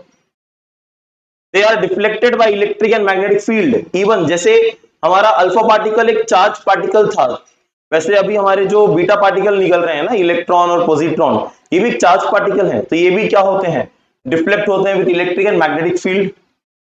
Again the total mass of product, ये फिर से क्यू वैल्यू, देखो भाई, एनर्जी आ रही है, इलेक्ट्रॉन निकल रहे हैं, इतने हाई स्पीड के साथ जा रहे हैं, तो यहाँ भी तो एनर्जी होगी। तो जैसे मैंने बताया था, पेरेंट का मास हमेशा ज्यादा होगा, और जो हमारे डॉटर न्यूक्लियाई बनेंगे और जो इलेक्ट्रॉन निकलेगा, इनका मास हमेशा, देखो पॉजिट्रॉन का आपको सॉरी न्यूट्रिनो का मास नहीं लेना है, न्यूट्रिनो इज दिस कंजर्वेशन, तो उनका मास नहीं लेंगे, बाकी सबका मास लेंगे, ठीक है ना। तो ये क्यू वैल्यू हो गया हमारा। क्यू वैल्यू का फॉर्मूला वही mx my me, where what is mx, मैं बता देता हूं, mx क्या है, mx is again mass of parent, what is my, mass of daughter, and what is me, that is mass of beta particle, that is nothing but electron, एक electron का मास, ठीक है ना, इंटू सी स्क्वायर कर दोगे, you will get the q value, this q value is nothing but it's an energy, और यही q value जो है इसमें कन्वर्ट होता है बेटा काइनेटिक एनर्जी में, इसमें कन्वर्ट होता है काइनेटिक एनर्जी में। Next will talk about gamma decay. So I hope कि आप सबको alpha and beta decay clear है एवरीवन। सो अल्फा डीके में quick revision, what is alpha decay, जिसमें हीलियम एटम रिलीज हो रहा है, which is nucleus of helium atom, right, and with the release of alpha decay there will be decrease in the atomic number by 2 and mass number by 4.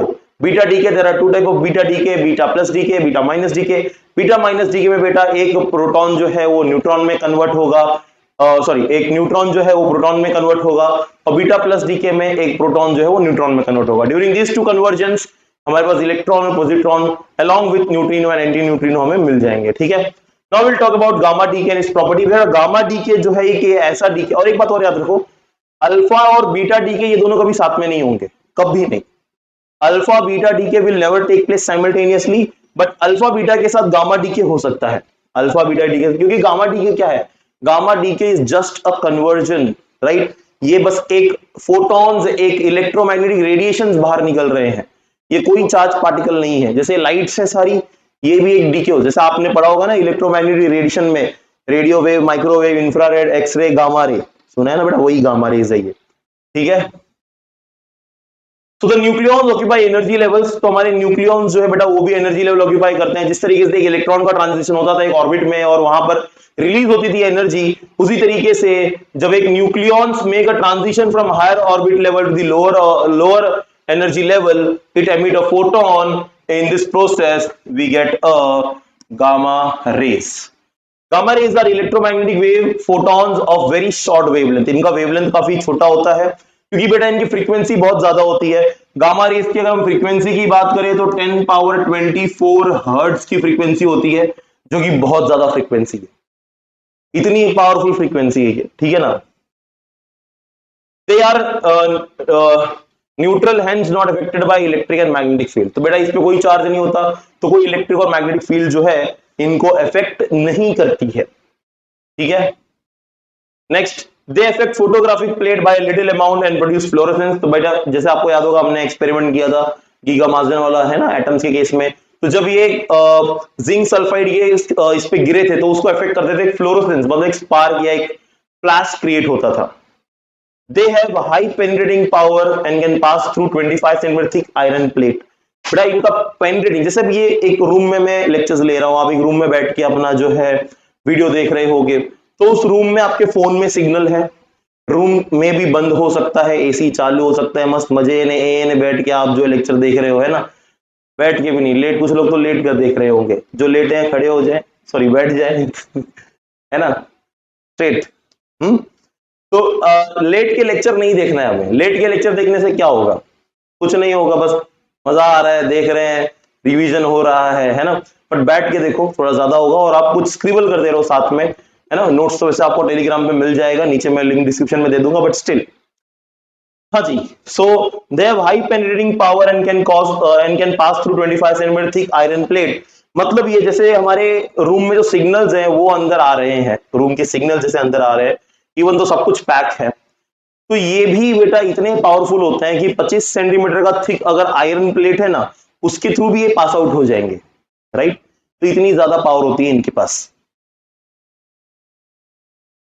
When gamma rays are emitted from nucleus, there is no change in their atomic mass number or mass number. Only energy of the nucleus convert into relatively lower energetic nucleus. तो इनकी energy release होगी, but mass में या मास number में कोई changes नहीं आएगा, जैसे हमारा अल्फा और बीटा डीके में हो रहा था। तो this is all about your gamma decay. You can take a screenshot. आगे बढ़ते हैं बेटा। Law of radioactive decay. अब यहां पर हमें कुछ डिराइव करना होगा, कुछ हम डिराइव करेंगे यहां पर। Law of radioactive decay क्या होता है, तो अब जो है सभी लोग अपनी अवस्था से हट जाइए और यहां पर फोकस करिए, ठीक। चलो, हाँ भाई, तो अभी लेट, हम अभी कुछ मान के चलते हैं। Let N T be the number of nuclei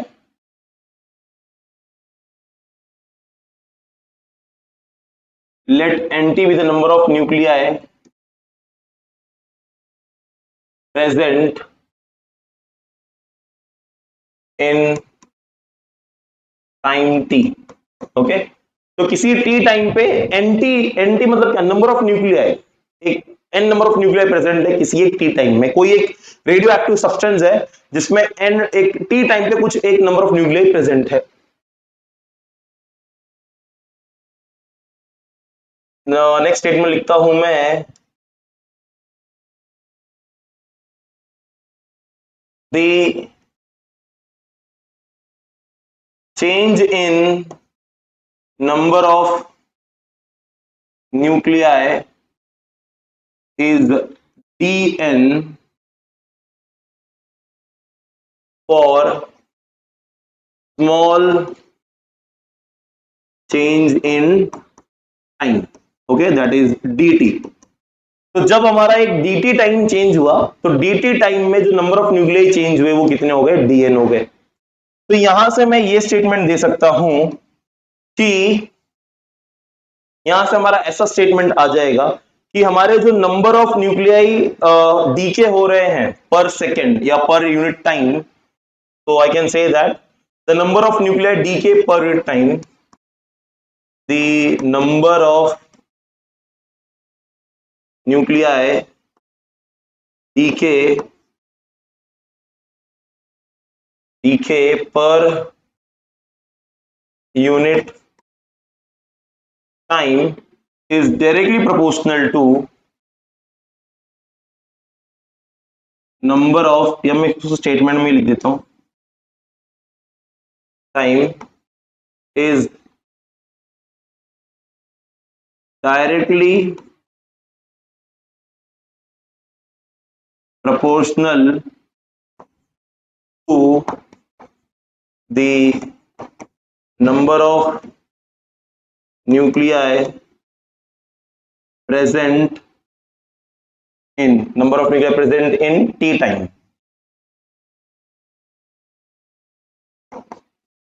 Number of nuclei present in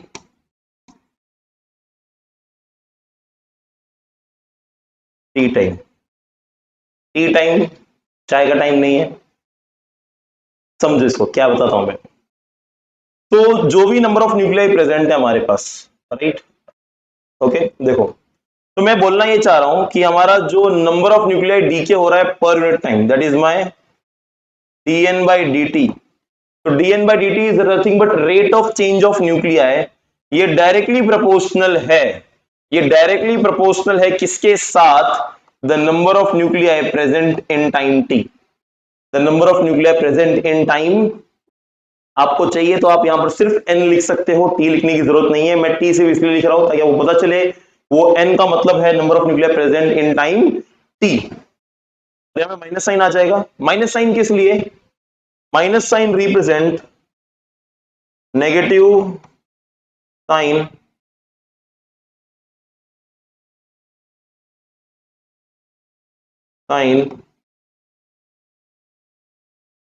negative sign represent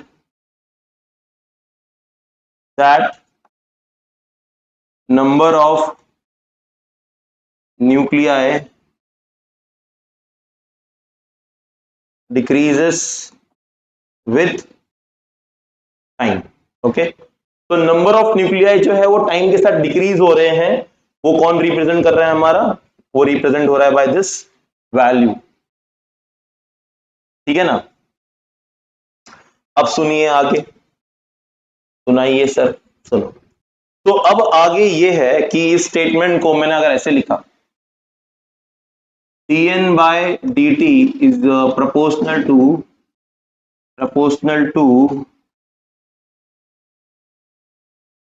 यार proportional to minus lambda, sorry minus lambda लिख दिया मैंने पहले, माइनस n। अब मैं सिर्फ n लिख रहा हूं, nt, ठीक है, n represent number of nuclear in time t। When you remove the proportionality sign, तो you can write dn by dt is equals to minus of lambda times of n, minus of lambda times of n। तो lambda जो है बेटा ये proportionality constant है। This lambda is called as dk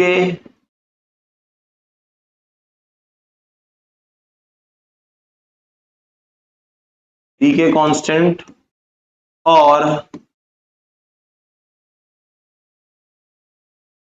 this integration constant. Okay, तो lambda को हम decay constant बोलेंगे या फिर दिस इंटीग्रेशन कांस्टेंट बोलेंगे। अगर मैं इसको रीअरेंज करूं थोड़ा सा, इसको आप इक्वेशन नंबर 1 भी बोल सकते हो। इस इक्वेशन 1 को मैं रीअरेंज करूं, dt को वहां ले जाओ, n को यहां लेके आ जाओ, तो this can be written as dn by n equals to minus lambda dt, right. Equation ऐसा हो जाएगा कुछ। Let me check once camera, है ना, इतना मेहनत करें अभी कैमरा ही बंद निकले। चलो भाई सर, सब कुछ बढ़िया चल रहा है। तो dn by n is equals to minus lambda dt, है ना। lambda is what? disintegration constant, dt is what? time।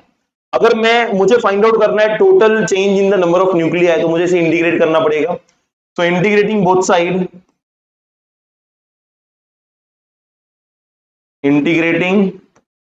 Side, तो we get integration of dn by n equals to integration of minus lambda dt। अब यहां पर मेरा limit क्या आएगा? तो लिमिट आएगा लेट्स से n नॉट से n। What is n naught? n not का मतलब होता है number of nuclei present originally, मतलब एट टाइम t0। तो जीरो टाइम पे जितने नंबर ऑफ न्यूक्लियाई प्रेजेंट थे और t टाइम पे कितने नंबर ऑफ न्यूक्लियाई प्रेजेंट है, तो t टाइम पे नंबर ऑफ न्यूक्लियाई प्रेजेंट है n, इसलिए मैंने यहां पर nt लिखा था ना। तो n number of nuclei present है t टाइम पे, वो nt मल्टीप्लिकेशन में नहीं है बेटा, nt t बस रिप्रेजेंट कर रहा है कि नंबर ऑफ न्यूक्लियाई प्रेजेंट है उस t टाइम पे। n नॉट का मतलब है number of nuclei present originally, मतलब जीरो टाइम पे, राइट। ओके, तो इसको अगर हम फर्दर सॉल्व करें आगे, लाइन बहुत टेढ़ी आ गई, नाउ इट्स ओके या when we solve it further, तो फर्दर सॉल्व करके हमें कुछ ऐसा इक्वेशन मिल जाएगा। अच्छा ये देखो, ये आपको 1/x log x का फॉर्मूला दिख रहा है ना, 1/x का इंटीग्रेशन क्या होता है, log x। तो दिस बेटा ये 1/n dn है ना, 1/x dx, integration of 1/x dx वो log x। तो ये हो जाएगा आपका log base e n, limit आएगा n नॉट से n तक, लिमिट आएगा n नॉट से n तक, इक्वल्स टू माइनस लैम्बडा बाहर आ जाएगा और इंटीग्रेशन में बचेगा सिर्फ dt। किसी भी कांस्टेंट का इंटीग्रेशन क्या होता है, t होता है, integration of x is x, right, limit 0 to t। तो ये हो जाएगा आपका log base e n minus n nought, upper limit minus lower limit कर दिया हमने, equals to minus lambda t, कभी लिमिट आएगा 0 टू t, हो 0 to t, right, 0 to t, limit 0 to t sorry, so this can be written as log base e n minus log base e n naught equals to minus lambda t, limit लगाओगे upper limit minus lower limit, तो एक बार t की जगह t रखोगे, एक बार t की जगह 0 रखोगे। दिख रहा है क्या ये वाला पार्ट, क्या लाइट का शैडो आ रहा है वहां पर, दिख रहा है। तो एक बार t की जगह क्या रखोगे बेटा, एक बार t की जगह t रखोगे, एक बार t की जगह 0 रखोगे, ठीक है ना। तो ये वैल्यू मिल गई हमें। अब देखो ये log a minus log b है, इसको आप लिख सकते हो log a बाई बी, मतलब n by n naught equals to minus lambda t. अगर मुझे इस log को हटाना है तो I have to take exponential function both side. तो जब मैं एक्सपोनेंशियल फंक्शन लेता हूं तो यहां पर ये पार्ट हट जाएगा और ये हो जाएगा n बाय n नॉट, और यहां पे आएगा e raise to minus lambda t. मैंने एक्सपोनेंशियल फंक्शन लिया log को हटाने के लिए, दोनों साइड एक्सपोनेंशियल फंक्शन लोगे, इधर से log हट जाएगा, यहाँ पे ये पूरा पावर एक्सपोनेंट में चला जाएगा, तो ये मुझे मिलेगा यहां पर n नॉट को वहां लेके जाओ, तो n equals to n naught e raise to minus lambda t, ये हमें वैल्यू आ गई। आप इसको ऐसे भी लिख सकते हो n t equals to n naught e raise to minus lambda t. N t मतलब क्या है, ये एन टी अंटी नहीं है, ये एन टी का मतलब है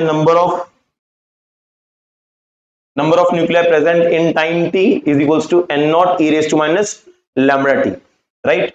तो ऊपर वाला इक्वेशन नीचे वाला इक्वेशन दोनों एक ही है, कोई अलग नहीं है, दोनों सेम ही इक्वेशन है यहाँ पर, राइट। तो ये हमारा बेटा बहुत ही इंपॉर्टेंट फॉर्मूला, इसके ऊपर काफी ज्यादा न्यूमेरिकल्स, और यही जो इक्वेशन है ये हमें बताएगा कि कितने नंबर ऑफ न्यूक्लियर प्रेजेंट है टी टाइम में, कितने नंबर ऑफ न्यूक्लियर प्रेजेंट है टी टाइम पे, where n naught is the number of nuclear present initially originally e raise to minus lambda ये एक्सपोनेंट फंक्शन है, lambda is your disintegration constant, t is the time, कितना time लगा decay होने के लिए, ये पूरा टाइम है, मतलब ये n नॉट से n तक आने के लिए जो टाइम लगा वो टाइम है बेटा ये। तो कई बार ऐसा भी क्वेश्चन हो सकता है कि आपको टाइम निकालने पूछ सकते हैं, आपको n और n नॉट दे दिया होगा, ठीक है। तो न्यूमेरिकल्स में ये सब सीखेंगे कैसे करना है, काफी इजी न्यूमेरिकल्स हैं इसके। कैलकुलेशन बड़ा है यार इस चैप्टर में, राइट, कैलकुलेशन बड़ा है, मतलब सॉल्विंग पार्ट बहुत ज्यादा है बट इजी है, ठीक है। तो I hope this is clear to you. इसका ग्राफ हम प्लॉट कर सकते हैं बेटा, हाँ चलो इसका हम ग्राफ प्लॉट कर सकते हैं।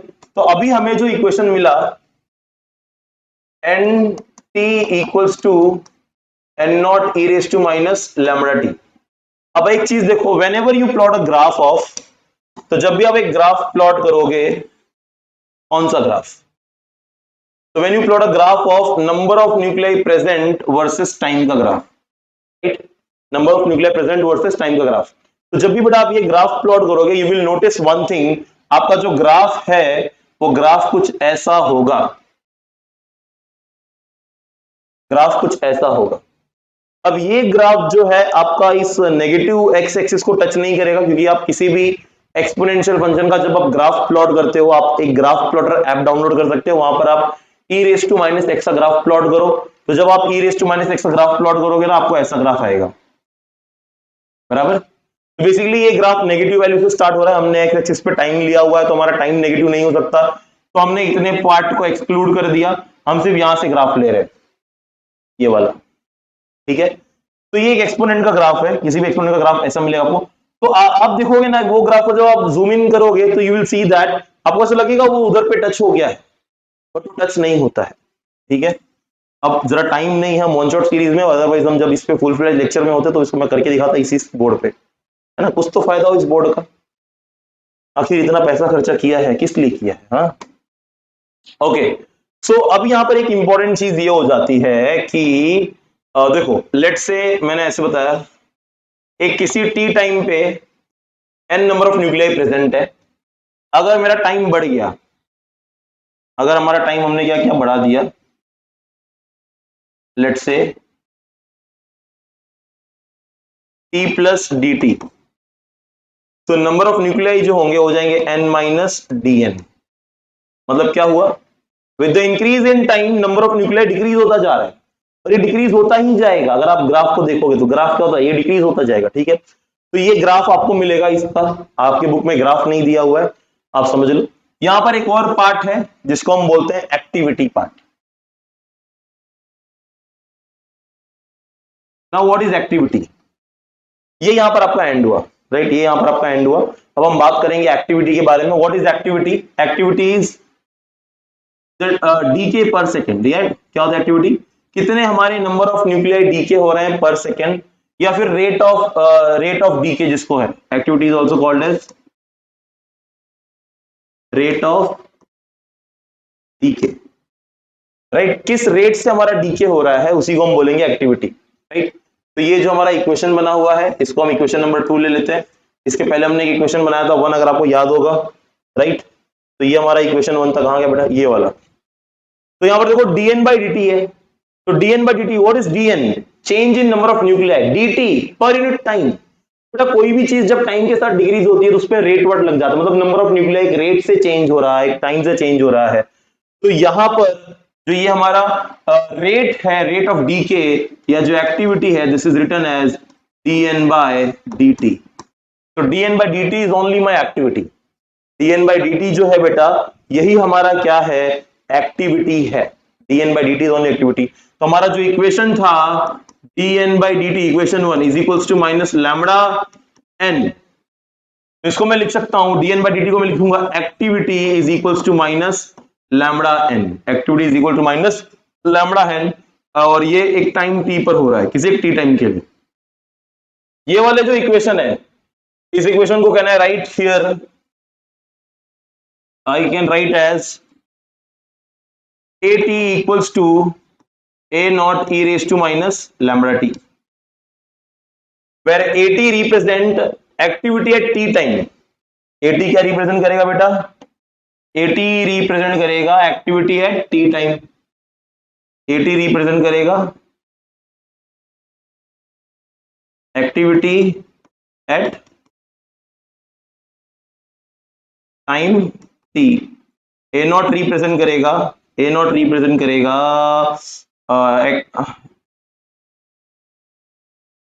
Activity at t equal to 0, right, activity at t equal to 0।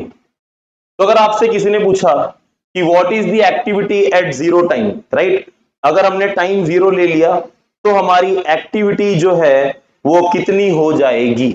तो if someone asks you that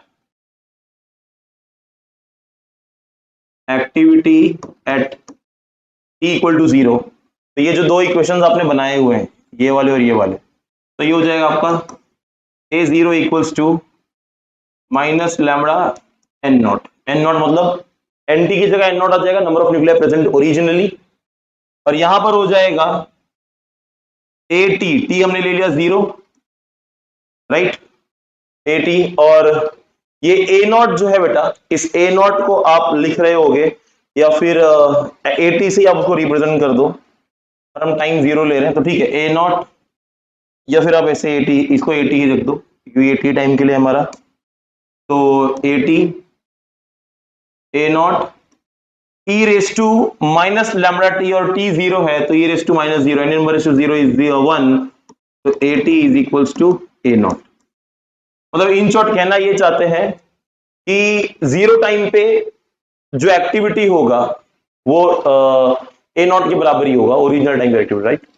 तो ये सारे कुछ इक्वेशंस है, फॉर्मूलेज है जो आपको यूज करने हैं, राइट। और एक्टिविटी जो है बेटा ये मेजर होता है बैकरल में। आप एक चीज याद रखो, activity is measured in Becquerel.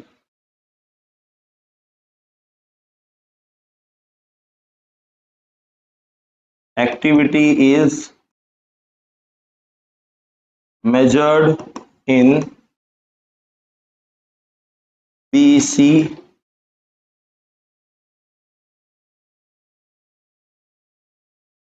Becquerel, जिसको शॉर्ट में BQ भी लिखते हैं, बैकरल, राइट। तो एक्टिविटी जो है it is measured in Becquerel. तो बैकरल रेडियो एक्टिविटी का यूनिट है। बैकरल क्या है? Radio activity unit. एक और यूनिट है जिसको हम क्यूरी बोलते हैं, राइट। तो ये ग्राफ आपको क्लियर होगा और ये एक्टिविटी का पार्ट भी क्लियर होगा, राइट। सो एक क्यूरी भी होता है। क्यूरी जो है that is also the unit of activity, और यूनिट ऑफ एक्टिविटी बैकरल और क्यूरी दो यूज होते हैं। इनके बीच में रिलेशन भी है क्यूरी का, right. So I can say that another unit of activity, radioactivity is Curie, और 1 Curie जो होता है that is equal to I think 3.7 into 10 power 10 DK पर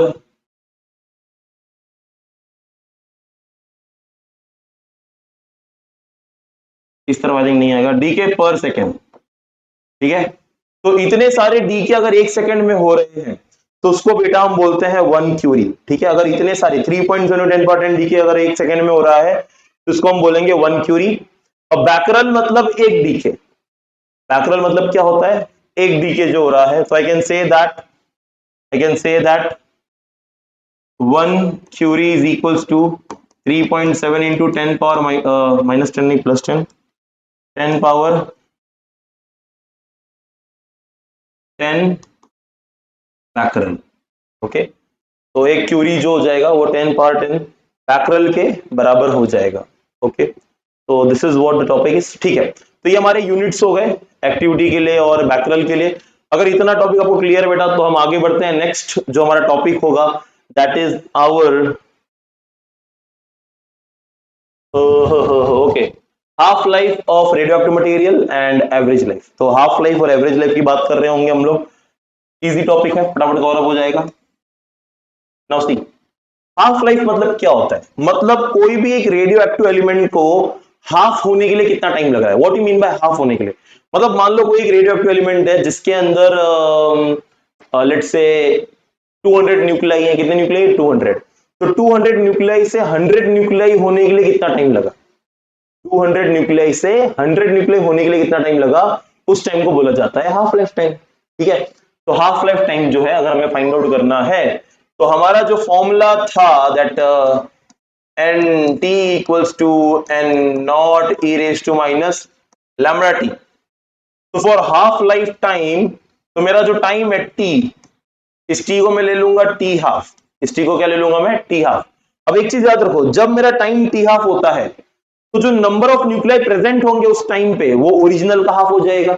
मतलब मैं ये कहना चाहता हूं कि eight t equals to t half, the number of nuclei present in time t is equals to n naught by 2। क्या हो जाएगा वो? n naught by 2। Is it clear everyone? तो बेटा यहां पर इस वाले इसको मैं अगर यहां से शिफ्ट करूं अबाव इक्वेशन में, तो nt की जगह मैं लिखूंगा n naught by 2। तो n naught by 2 equals to n naught e raised to minus lambda t half। तो हाफ लाइफ टाइम के लिए जो नंबर ऑफ न्यूक्लियर प्रेजेंट है that is n naught by 2। n naught get cancelled, so 1 by 2 equals to e raised to minus lambda t half। ये देखो आपको याद होगा x raised to minus 1 को हम 1 by x भी लिख सकते हैं। तो इसी तरीके से e raised to minus है, इसको हम ऐसे लिख सकते हैं 1 by 2 equals to 1 upon e raised to lambda t half, right. इसका इनोटेंडो कर दो, you will get 2 equals to e raised to lambda t half, ठीक है। तो मुझे यहाँ पर टी हाफ की वैल्यू फाइंड आउट करनी है, तो मैंने क्या करना है, ऐसे कर देता हूं मैं, टेकिंग लॉग कर देता हूं बोथ साइड, यार टेकिंग लॉग बोथ साइड, क्योंकि लॉग ले लेंगे तो एक्सपोनेंट हट जाएगा, तो लॉग बेस e2 और ये लैम्बडा टी हाफ, एक्सपोनेंट हट गया हमारा, टी हाफ चाहिए, लैम्बडा को इधर लेके आ जाओ बेटा, तो therefore t half can be written as log base e2 divided by lambda, और log बेस e2 कितना होता है 0.693 divided by lambda, and what is lambda, disintegration constant, याद है अभी थोड़ी देर पहले लिखा था, तो लैम्बडा आपको दिया होगा या फिर फाइंड आउट करना होगा, क्वेश्चन के ऊपर डिपेंड करता है कैसे निकालना है, तो ये इक्वेशन वेरी इंपॉर्टेंट बेटा, this equation very important, that is t half is equal to 0.693 divided by lambda, ये हो गया हमारा हाफ लाइफ टाइम, तो ये फॉर्मूला आपको याद रखना है, very important formula, right, half life time के लिए। नेक्स्ट आपका जो आता है that is average life time, और एवरेज लाइफ टाइम जो होता है दैट इज नथिंग, उसको हम टाउ से डिफाइन करेंगे, कैसे डिफाइन करेंगे, टाउ से, and this can be written as average life time tau से डिफाइन होता है that is 1 by lambda, average life time क्या होता है 1 बाय लैम्बडा, लैम्बडा की वैल्यू आप यहां से भी निकाल सकते हो, तो यहां से अगर हमने लैम्बडा की वैल्यू निकाली तो लैम्बडा मुझे मिलेगा 0.693 डिवाइडेड बाय टी हाफ, ठीक है, और 0.693 को हम log बेस e2 भी लिख सकते हैं, टी हाफ, ये लैम्बडा की वैल्यू अगर यहाँ सब्स्टिट्यूट कर दी तो हमें मिलेगा यहाँ पर बेटा tau is equals to t half जाएगा ऊपर, है ना, और log बेस e आ जाएगा नीचे, तो T half divided by log base e2 या फिर टी हाफ डिवाइडेड बाय 0.693, ऐसे लिख सकते हो आप, या फिर यहां से एक और फॉर्मूला पता चला हमें टी हाफ का, that T half can be written as, इसको यहां लेके आ जाओ, तो tau into log base e2, तो अगर आपको एवरेज लाइफ टाइम पता है किसी भी न्यूक्लियाई का एवरेज लाइफ टाइम पता है, तो log बेस e2 मतलब 0.693 से मल्टीप्लाई कर दो, so I can say that T half is equals to tau into 0.693, okay, 0.693, तो यहां से आपको टी हाफ मिल जाएगा, ठीक है, इन टर्म्स ऑफ टाउ। तो ऑल दीज आर फॉर्मुलेज, जो भी कुछ हम यहाँ पे प्रूव कर रहे हैं सारे फॉर्मुलेज हैं, फॉर्मुलेज आपको सारे ही याद रखने हैं न्यूमेरिकल पर्पस के लिए, ये वाला फॉर्मुला, ये वाला फॉर्मुला, ये वाला फॉर्मुला, ये इनडायरेक्ट ये वाला फॉर्मुला, ठीक है, तो यहां से हमारे सारे न्यूमेरिकल वाला पार्ट हो जाएगा। अब यहाँ पर हमारा एक्चुअल पार्ट जो है रेडियो एक्टिविटी का खत्म हो गया, वो कुछ छोटे छोटे टर्म्स बच गए, what is nuclear fission, nuclear fusion, फटाफट से उनको भी एंड कर लेते हैं, so the chapter will be get over. अब देखो न्यूक्लियर एनर्जी क्या होती है बेटा, what is nuclear energy, when one nuclei or a pair of nuclei due to their interaction undergo change in their structure resulting in the new nuclei and generating large amount of energy in mega electron volt, this process this is called as nuclear energy। तो यही nuclear energy है, मतलब जैसे हमने बताया था कोई दो छोटे न्यूक्लियाई कंबाइन हो रहे हैं या बड़ा न्यूक्लियर ब्रेक हो रहा है तो उस समय बहुत सारी एनर्जी रिलीज होती है, उसी एनर्जी को हम बोल रहे हैं न्यूक्लियर एनर्जी। अब आते हैं न्यूक्लियर फ्यूजन पे। न्यूक्लियर फ्यूजन मतलब क्या, तब दो छोटे न्यूक्लियाई क्या होंगे, तो यहां पर आप देख सकते हो nuclear fusion in this process in which two nuclei fuse together, but ये टू न्यूक्लियाई जो होंगे ये लाइटर न्यूक्लियाई होंगे, कैसे न्यूक्लियाई होंगे, लाइटर न्यूक्लियाई। तो जब जो ये हमने भी पढ़ लिया, रिपीट हो रहा है बस, दो छोटे न्यूक्लियाई एक साथ आएंगे, एक हैवी न्यूक्लियस बनाएंगे, क्यों बनाएंगे बेटा, हैवी न्यूक्लियस इसलिए बनाना चाहिए वो स्टेबल हो जाए, और उस समय वो बहुत सारी एनर्जी रिलीज करेंगे, इसी प्रोसेस को हम बोलते हैं nuclear fusion. Example, at this temperature the centre of the sun is, अच्छा वो सन जो है ना बेटा वो भी न्यूक्लियर, ये 10 पावर 7 आएगा, 10 पावर 7 के सन जो है वो खुद एक न्यूक्लियर रिएक्टर है। सन हमें इतनी सारी एनर्जी दे रहा है बेटा, एनर्जी आपने कभी सोची कहां से आ रही है, क्योंकि सन के अंदर बहुत सारे छोटे छोटे रेडियो एक्टिव न्यूक्लियाई है, लाइटर न्यूक्लियाई है, दे कंबाइन टुगेदर, जैसे हाइड्रोजन के आइसोटोप्स हैं, right, deuterium tritium, they combine together, और उनके कॉम्बिनेशन से बहुत सारी एनर्जी रिलीज होती है, that is also a nuclear part, वो भी एक न्यूक्लियर रिएक्शन है फ्यूजन वाला, ठीक है। जैसे कि आप यहां पर देख सकते हो न्यूक्लियर फ्यूजन के दौरान क्या हो रहा है, एक ड्यूटेरियम और एक ट्रिटियम, ये दोनों क्या होंगे बेटा, एडअप होंगे, और हमें मिलेगा एक हीलियम और साथ में एक न्यूट्रॉन रिलीज होगा, और साथ में बहुत सारी एनर्जी भी क्या होगी, रिलीज होगी। एक एग्जांपल मैंने यहां पर दिया हुआ है आपको, the nuclear reaction taking place at the centre of the sun are the fusion of 4 hydrogen nuclei. तो जब 4 हाइड्रोजन न्यूक्लियाई मीट होते हैं तो उस समय जो एनर्जी रिलीज होती है, राइट, तो at the centre of sun 4 proton, देखो ये भी एक रिएक्शन है, राइट, 4 प्रोटॉन ऐड होंगे तो हमें अल्फा पार्टिकल मिलेगा, साथ में 2 इलेक्ट्रॉन निकल रहे होंगे, नॉट इलेक्ट्रॉन, प्रोटॉन, या पॉजिटिव चार्ज, पॉजिट्रॉन बोल सकते हो, जिसको बीटा माइनस डी के भी बोलते हैं, बीटा प्लस डी के भी बोलते हैं हम लोग। और जो है हमें क्या मिल रहा होगा, न्यूट्रिनो, और इतनी सारी energy, you can see that is 26.7 mega electron volt की एनर्जी भी रिलीज हो रही है at this point. Next is nuclear fission. Fission मतलब कोई भी एक हैवी न्यूक्लियाई जब ब्रेक होता है 2 लाइटर न्यूक्लियाई के अंदर, तो उसे बोला जाता है बेटा न्यूक्लियर फिशन।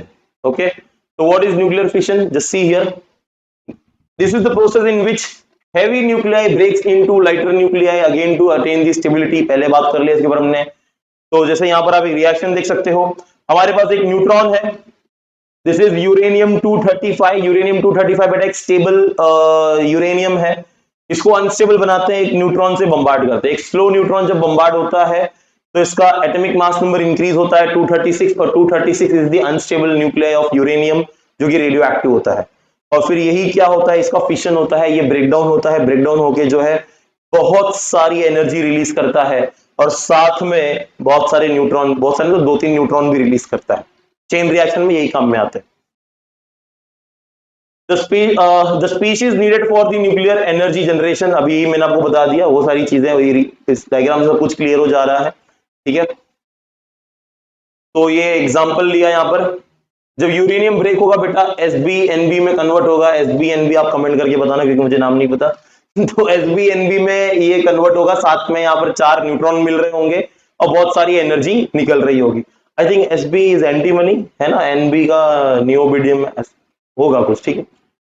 हाँ, some of the daughter nuclei produced are not stable and they further decay to produce more stable nuclei। अब क्या होता है, जैसे ये पिछला रिएक्शन किया, इस पिछले रिएक्शन में ये जो बने हमारे, ये दोनों डॉटर न्यूक्लियाई हैं।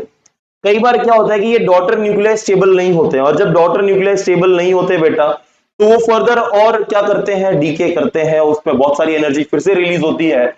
और यही सारी जो काइनेटिक एनर्जी है, यहाँ पर ये जितनी भी काइनेटिक एनर्जी है ये प्रोड्यूस हो रही है इन प्रोडक्ट में, विच कैन बी कलेक्टेड, इसको हम कलेक्ट करेंगे और कन्वर्ट करेंगे अदर फॉर्म ऑफ एनर्जी में जहां हमें नीड है, जैसे हमारा nuclear power plant electricity generation के लिए, राइट। तो इस एनर्जी से हम क्या करते हैं, बड़े बड़े टर्बाइंस को रोटेट करते हैं और एनर्जी को प्रोड्यूस कर रहे होते हैं, राइट।